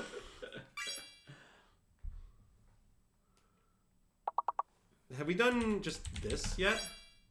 No. Is that because we at SystemMagic like tuned deck lists? We sure do. Although this list is not the most tuned, I would say. Yeah. What was wrong with... Why did I get go away, Slasher? What does that mean? Maybe that means he typed it while he was timed out. Oh, I see. That is unlucky. Menu! Oh, Menu's a nice one. Such as the classic medium movie, The Menu. I agree with you. It's so medium. It's pretty medium, yeah. I'm slacking. Levi, this was your doing. Ooh, we only take one more level to tie our record. We are kind of killing it, yeah. Chad is really on it today. I appreciate everyone contributing. Okay, so same rules as before. There's one fake letter and one real letter. Yeah. Or one hidden letter. Okay, so something... It seems like maybe the E is the fake Or maybe letter. the I? Because none of these words are working, and they all have E's in them. The E has to be fake. Okay, so... Stop using the E. So, do like...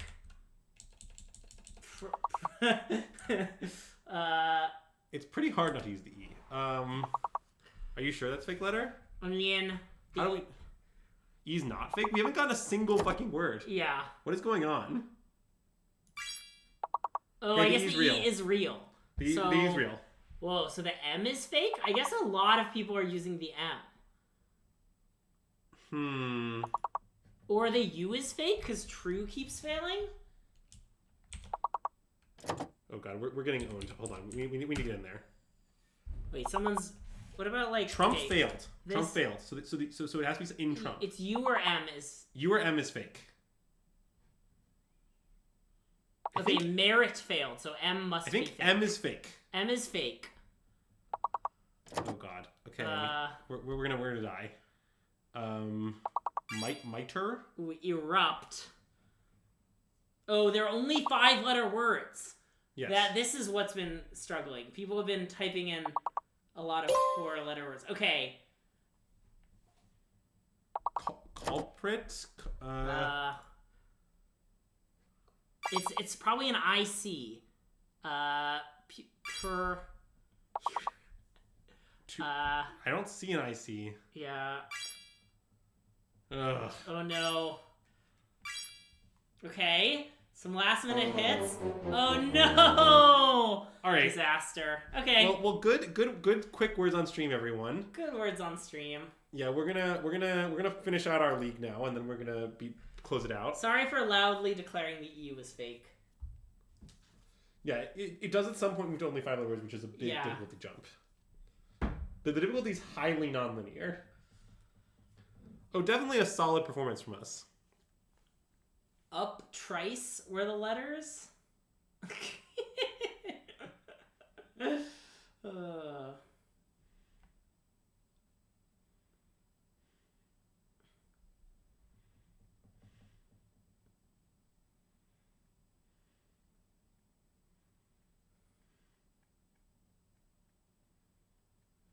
It was we who got scammed today. Munge is a word. It's really messed up they think it isn't. Would you mind using munge in a sentence? Yes. Mm-mm. Oh my god, wait. We should tag them on social media. Feel free.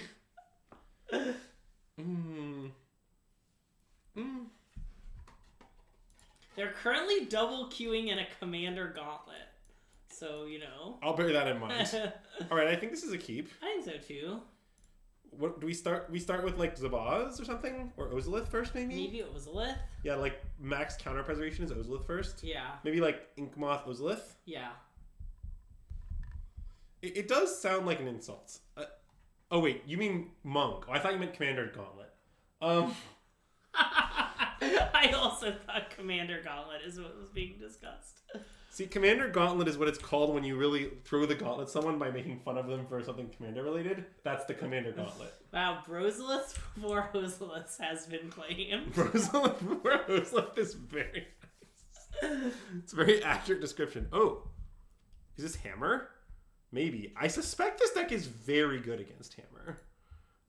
Just because you have kind of endless chump blockers, and then also you have Ballista, which really owns them. Maybe I'm wrong, but that's my guess. Oh, picture. Nice. And hey, Malox11, welcome to the stream and thanks for the follow.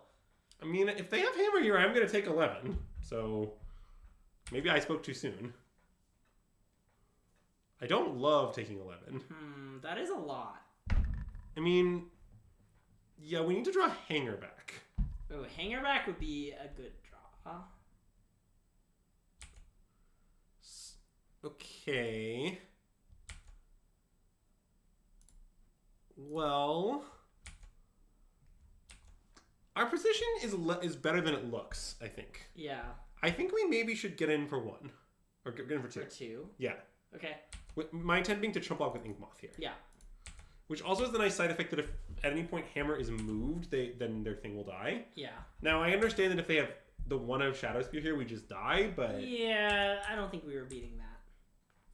We're losing the race? I'm not sure we are. I think it's anyone's race. I mean, I sort of suspect, without doing any math, nor will I do any math, that when our saga goes off, they will be no longer alive.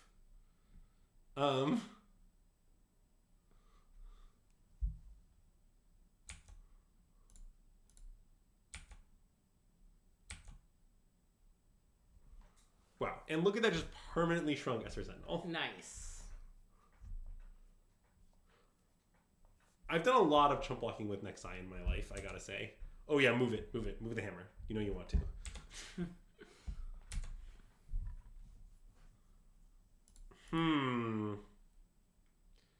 Interesting.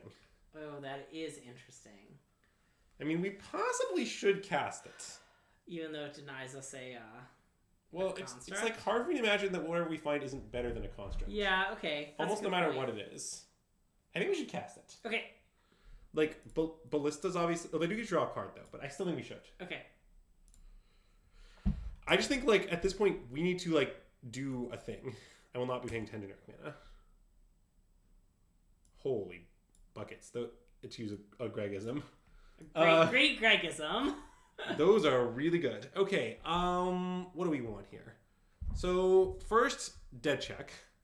So, if we picked Ravager, then we can play it, sack this to Ravager, sack Ravager, and then, oh no, but we can't, oh, it's tricky.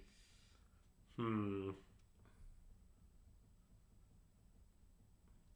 we just find Ballista now? That makes some sense.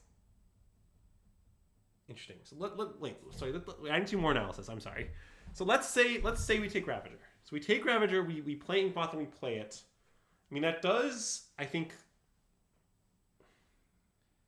Yeah, I don't think there's a lethal is the issue. Yeah, I mean, I do like that we can take Ravager makes all of our chump blocking much better. Well, yeah, but we still have the Ozolith without the Ravager. Yeah, that's true. I think and then we're going to find Zabaz next turn. Wait, I think we could take Ballista. Okay. I think Ballista is going to end up being, like, very good. Yeah, I think that's what we should do. Okay. I will present no proof, but I'm pretty sure I'm right. The proof that Ballista is the correct pick is left as an exercise to the reader. Nice. And then we cannot fetch Might to Kill Hammer. Might is not in the main deck. Yeah. And then I think my intent here is to pass and chump block with Patchwork. Because then the counters go to the Ozolith. Yes. Yeah. Well, again, I think we can kill them next turn. It's going to be a little complicated. I might be wrong, but I think so. So, like, wait, we can... God, we can put so many counters on the Ozolith. It's probably lethal. I guess they can't... Oh, they free equip off Sigarda's Aid? Yeah, now they can find Shadow Spear and put it on their thing, which is Yeah. bad. It may not be immediately lethal, though. We're certainly dead now if they also have a hammer, but we had no line to beat that. Yeah.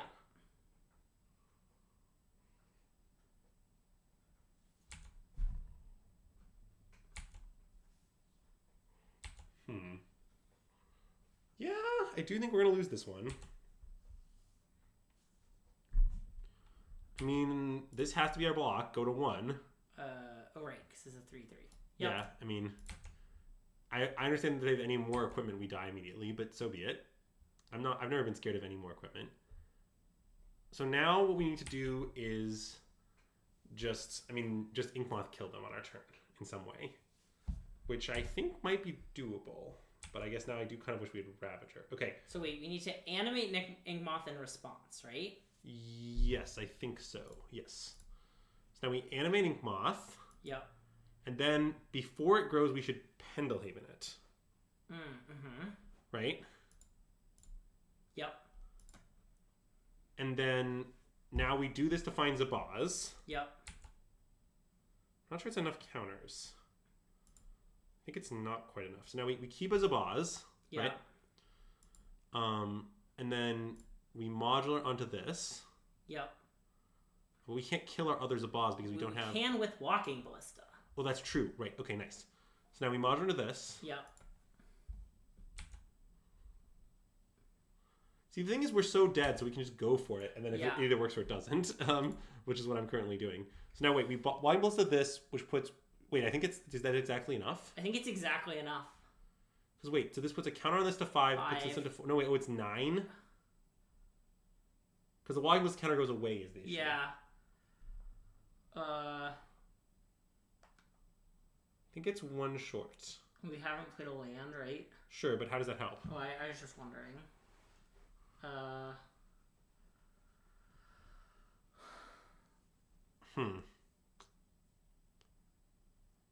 Yeah, I think it's 1 short. Yeah, I know. I am aware Ravager would have killed them. Yeah. Yeah, I mean, maybe I punted mislethal counter to 1. I don't know. It's complicated. The thing is, I thought Ravager was like good, kind of. I thought one was kind of good in the long run, but maybe that isn't true. Can we go through the motions and make like? Yeah, we can go through the motions. Sure. So this is the play. Yeah, I think so. Well, I can't play land and kill Zabaz because you need red mana to do that, and I can't shock because I'm at 1. So, yeah, I can't shock because I'm at 1. So that's not an option.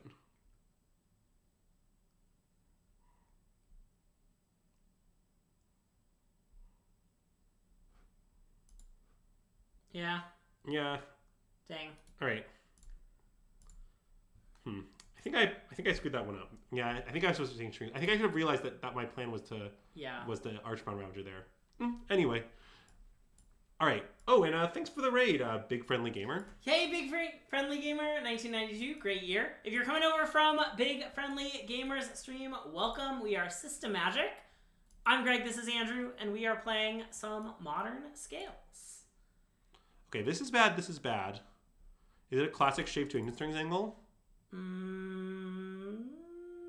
It could be cut Patchwork, actually. Oh, Patchwork is a little slow. Yeah, wait, maybe cutting Patchwork here makes sense when the word doesn't matter. Yeah. It's not actually a very good card, is the idea. In fact, I guess we still want some. Okay, this seems reasonable. Yeah. I don't know about that. Well, I mean, this hand seems like a keep, and Ancient String is doing God's work here. Yeah. I don't know if you should aspire to that. That could be an upgrade or a downgrade, depending on how smart you think we are. That's true. And thanks for the follow, Big Friendly Gamer. We really appreciate that, and the raid. Well, I'm not sure we want Saga. I don't think we want Saga. So I really don't want our land to go away. Yeah. Do you want just Ink Moth? I mean, it might. So. We have Ravager. Like, yeah. This definitely could be a game that ends with a big Ink Moth. I'm not saying it certainly will, but it seems like it definitely could be.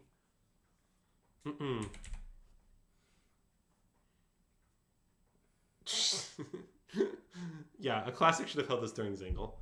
Okay, so here, I understand we could give them like an opportunity to equip or whatever, but I think we should just play Hangerback. I agree.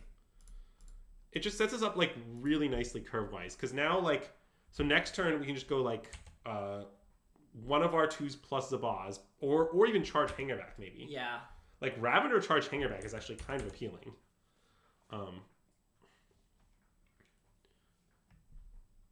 Although it would be nice to get a sense of when they're playing to hammer up here, so that we can figure out how to expend our Dismember. Well, they are going to draw a lot of cards when I cast non-creature spells. That's for sure. Okay, so this is a pure steel angle. That's what this means, right? Oh. Huh. I mean, I could block. I mean, what I like about blocking is that then we can, like, land Zabaz. Right? We can land Zabaz... Or, sorry, land Zabaz Cauldron. I mean, they'll still draw a card for the other one. Well, I know, but I'm just saying it gives fuel to the Cauldron. Yeah.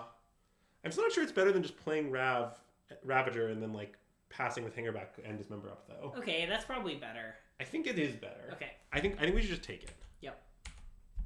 It's close. I mean, I think the main upside of blocking is that... Well, I think they do have Paladin, but I'm not sure that's enough to make the right play.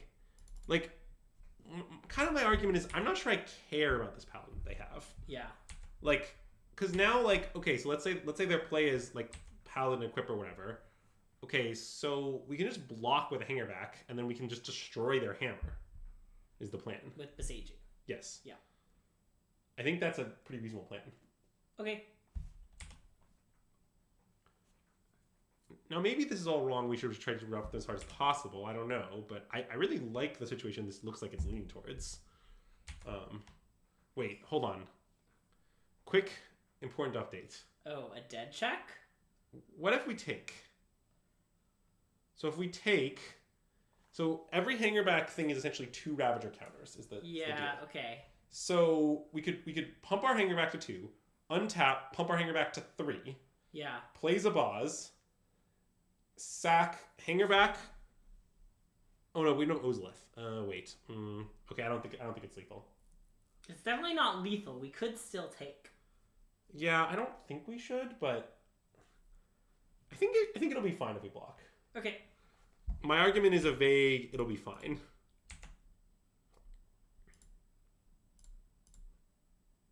It's lethal? Wait, I don't think it is. Did I miscount? I mean, I admit my counting was pretty vague, but I think it's not. Because the issue is that you don't really get to double up as much. Oh my god. Well, now it would certainly be lethal, but hold on, it might be lethal anyway. So wait a second. So now we can go Hardened Scales Zabaz. Yep. God, that's like probably lethal, right? Yeah. I mean, wait, so it's Hardened Scales Zabaz, and then we go eat this for 2 to 4, eat this for 2 to 6, eat this for 2 to 8, modular to... Yeah, it's omega lethal now. Wait, don't we need to, Oh, we're killing them with Ink Moth, right? Yeah. Yeah, okay. Oh, it's omega lethal. I agree. Now it's omega lethal. Yeah. They will just draw 2 cards, though. I mean, I guess if they, like, boarded in Solitude and have it here, good beats, but I think we should obviously go for it. Yeah, I agree. Play 11 generic mana to prevent this? Yeah, I will print none of it. None of it is prevented. Okay, now make sure none of these are newly controlled, but I think I played this turn. Yeah, okay, good. Now we'll tap this one to make sure we animate the right one. A lot of Moto paranoia tricks here. So now let's eat this. Eat this. So now we can eat this. Module here, I guess, whatever.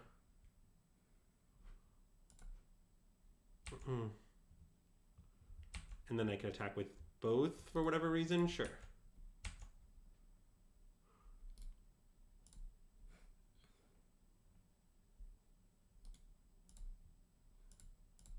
Eat itself.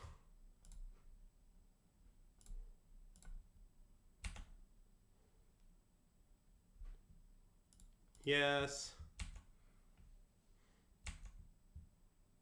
And game. Nice.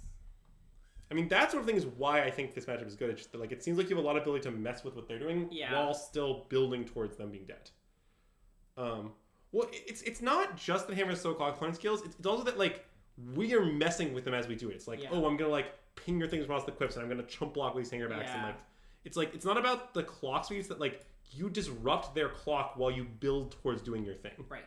Oh, maybe we should have Pithing Needle in. Pithing Needle's pretty good in this matchup. Okay. Although it's weird because we will name cards that we have a lot. Like, it's good because you name like Inkmoth and Saga. Oh, okay, interesting. And like, you can also name Hammer, which stops some of the equips. It stops Pure Steel. It's not obviously great, but sometimes I imagine we'd want a Saga. I bet it's worth it. Okay. Because sometimes I imagine Saga for this is insane. Yeah. Okay, wait. Let's just keep cutting these. They seem pretty bad in this matchup to me. Also, I think our sideboard may not be incredibly well constructed. Oh, yeah. To be fair, I did just like take a list, make some changes, and play it. Yeah. It is true that we don't activate Sagas that often. Yeah. Oh, I mean, I assume this is a keep. It's not amazing, but it looks fine to me. Looks like a keep to me.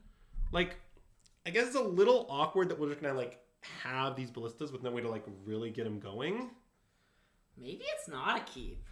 Yeah, I mean, it could be a mulligan. So like, okay, if we keep this, they're like gonna go like land guy or something. Sure. And then we're gonna go like land Springleaf Drum, and then on 2 we go ballista. Like, ballista. We definitely need to draw something. Yeah.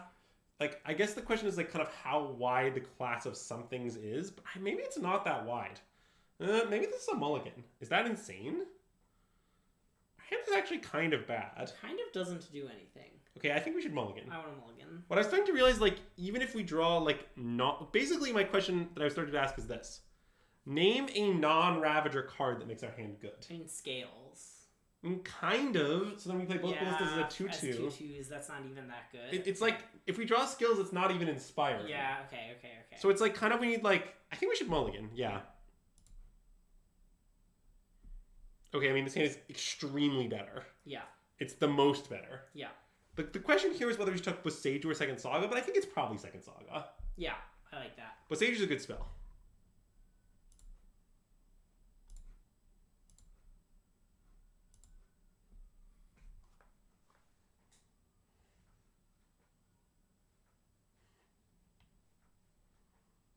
Yeah, I basically think that the long and short of why the matchup is good is that Ballista and Hangerback Walker are good at disrupting them while we do our thing. And I'm going to keep repeating that as long as you keep discussing it, Levi, because I think I'm still right.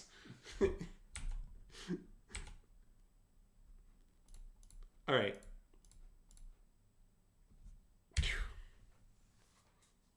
And Haywire Might is really annoying for them, I think. Yeah. What's funny is Agatha's Soul Cauldron is also very good with Haywire Might. That's true. You ever sack your Hangerback Walker to exile?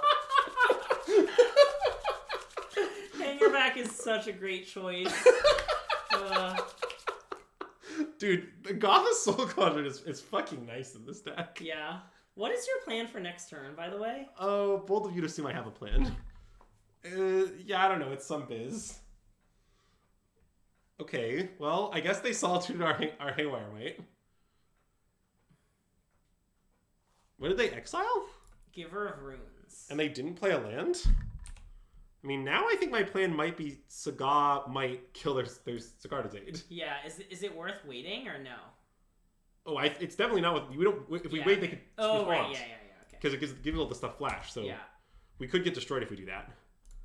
And I just think after this, like, things are just going well.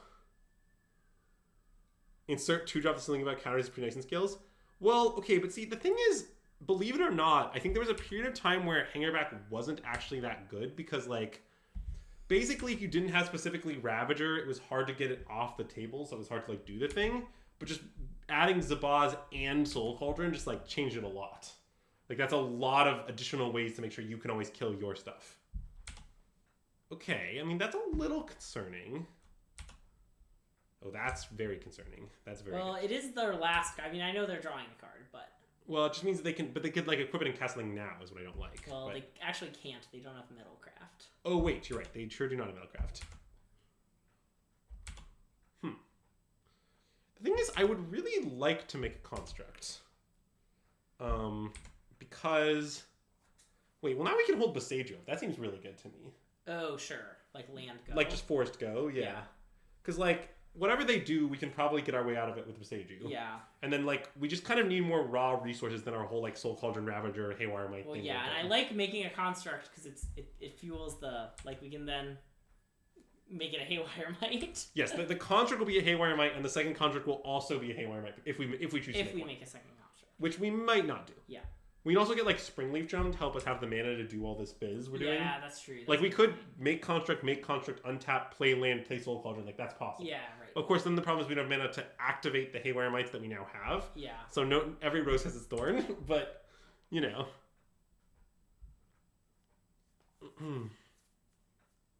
Okay, they now are metal crafted.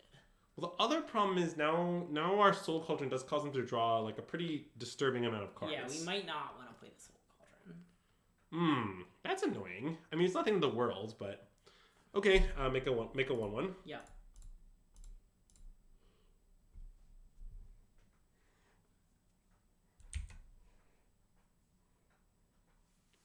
And now, if they attack with the 1/1, the question is, should we block? Kind of think yes. Yeah. Mostly because we're gonna start playing some non-creature spells, and I don't want them to draw cards. No, I think yes is correct. It also does take them off Metalcraft, which is annoying. that's true. I mean, to be clear, if they draw a hammer, they will have Metalcraft back. So it's like, it's a little fake to say it takes off Metalcraft, but it's only a little fake, you know. Yeah. Okay, so now do you want to play Soul Cauldron or do you want to play Rav? Are you planning to spend the mana if you play Soul Cauldron? Yeah, I was thinking Soul Cauldron just pay 1. I think I like Soul Cauldron pay 1. I mean, it's a little dangerous, but even if they hammer, like, let's say the worst happens, they hammer, we're not, like, it's not like we're in that much trouble. Yeah. We can just take 13. We'll be at 6. It's like, not amazing, but hammer might gains life. Like, we'll probably be okay. Yeah. Yeah, I think just playing Soul Cauldron is good. Also, I just sort of feel like we're in this spot where, like, we need to do something at some point. Yeah. And I admit, okay, there are some risks to this plan. Like, here's an example of risk. They could play Hammer and then draw Hammer as their card off Pure Steel. Then we would die. Yeah. Look. Haywire does not gain life. Oh, you're right. Sorry, that's not part of the ability, right? That's a separate trigger ability of Haywire, right? Yep. You're right, Zyphos. My bad. Yeah. Saga. Well, see, famously, that can be removed by Haywire Might. That is true. I'm not sure we want to do that, but it's a good option to have.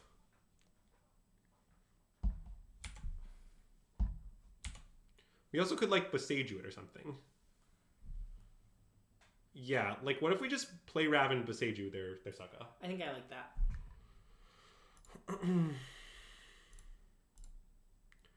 And we might as well just main phase it, because it costs a lot of mana anyway, and I don't want to let them save it. Remember that everything targets permanents now. Sure. So... And we even could main phase the Cauldron activation, but I guess we probably shouldn't do that. There are some reasons not to do that. Yeah.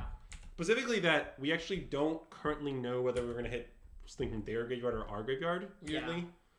Yeah. Yes, agreed. That okay, well, they have Hammer, so we're going to take a hit. That isn't my favorite, but it happens. Yep.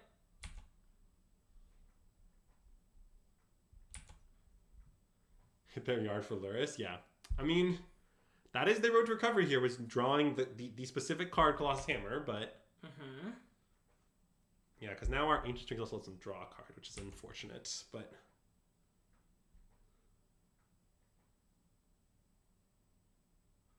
Why do we want to do that? I don't know.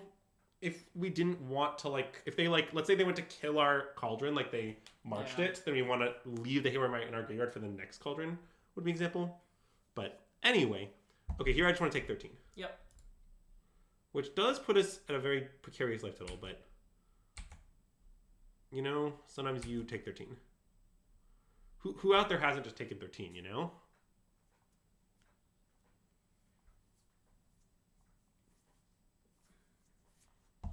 Be afraid, opponent. Be very afraid. All right. Exile Haywire Might.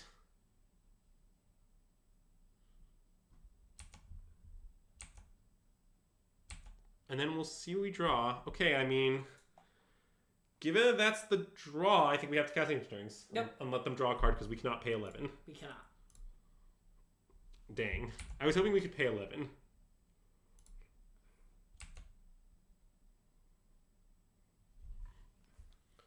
Ballista. And Ballista is excellent, right?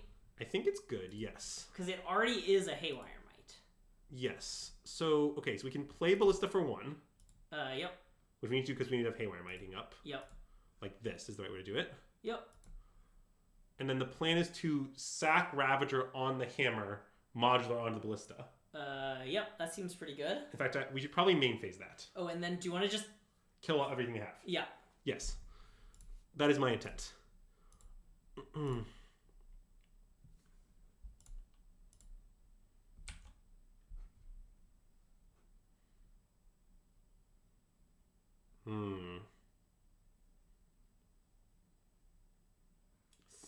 So...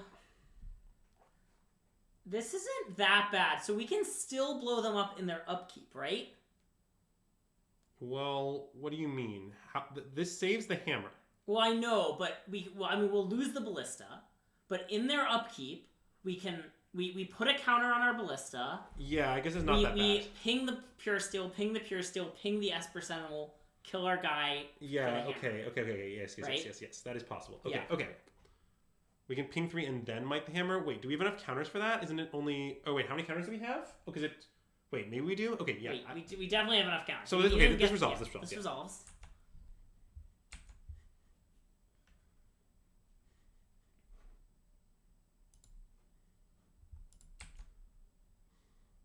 And because we'll get another counter there. Right, yeah. so, I mean, we can exile, like, one of their things, whatever. In fact, we actually don't need it because of... Oh, no, we need the mana. We need the counter, yes. Yeah. So let's, like, exile Solitude or whatever. Yeah, I don't hate exiling... Yeah, okay. Yeah, never mind. I mean, they have shown us much, so I don't know. I understand this, like, whole second Agatha, this, like, weird scenario where they kill it and then we draw a second Agatha is, like, extremely niche, but yeah. I also don't see why we need the Ravager this turn in any world. So... Yes, we can't keep our Ballista because we need to kill the hammer is correct. Yeah. So now we ping this. We ping this again. We ping this. And then we sacrifice this to kill the hammer. Yep. Which kills the Esper Sentinel. Okay, and our opponent has nothing. We have just a Soul Cauldron, but that's not bad. Okay, well now we should draw a creature. Any creature just kills that. That's true. It's not that bad. I mean, it's not great for us. Okay. I mean, I think we should just kill their thing. We could wait. With what idea? Like, yeah, okay, maybe we should just kill their thing. I mean, I don't really see what we're gaining by waiting. Yeah. Okay, we don't gain anything. Yeah, like their creatures are lethal. Yeah, like I think we should just kill it. I know that we waste the modular counters and whatnot, but yeah. Now there's a lot of things we want to have the abilities of in our graveyard though, so maybe we should just commit our Cauldron to exiling one of them. In paper, we'd have gained 6 life. That is true. Yeah, Good point. Okay, now we just need them to brick. I mean, it's not seeing that much. What is this? Forge anew. Okay, I mean, that's fine. All of the hammers are exiles. So that is true. Oh wait, shit, I was actually supposed to use it. Sorry, I forgot. It's okay. Okay, that's insane. Yeah. That's probably pretty close to game. It's not a, like, hard game, but I would describe it as a soft game. Yeah. So... Yeah, I'm not sure what ability we're going to grant our Ballista first, but it's going to be a good one. They drew a land. Nice. All right, so time to grant it the classic ability of Archbound Ravager, perhaps. Yeah, that's a nice ability.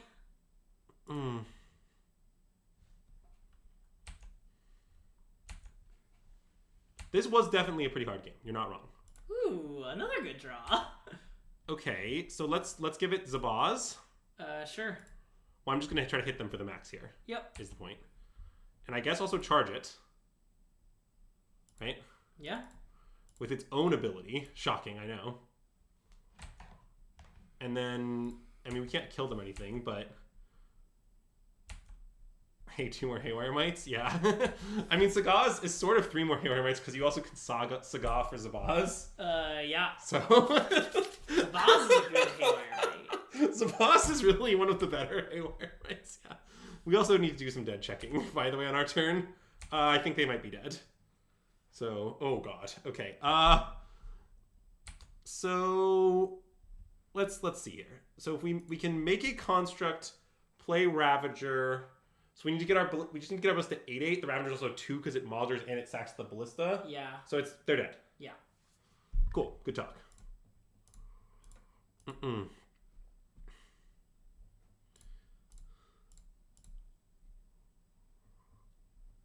See, Greg, I occasionally find the lethal, you know? I would like to have Esper Sentinel's ability.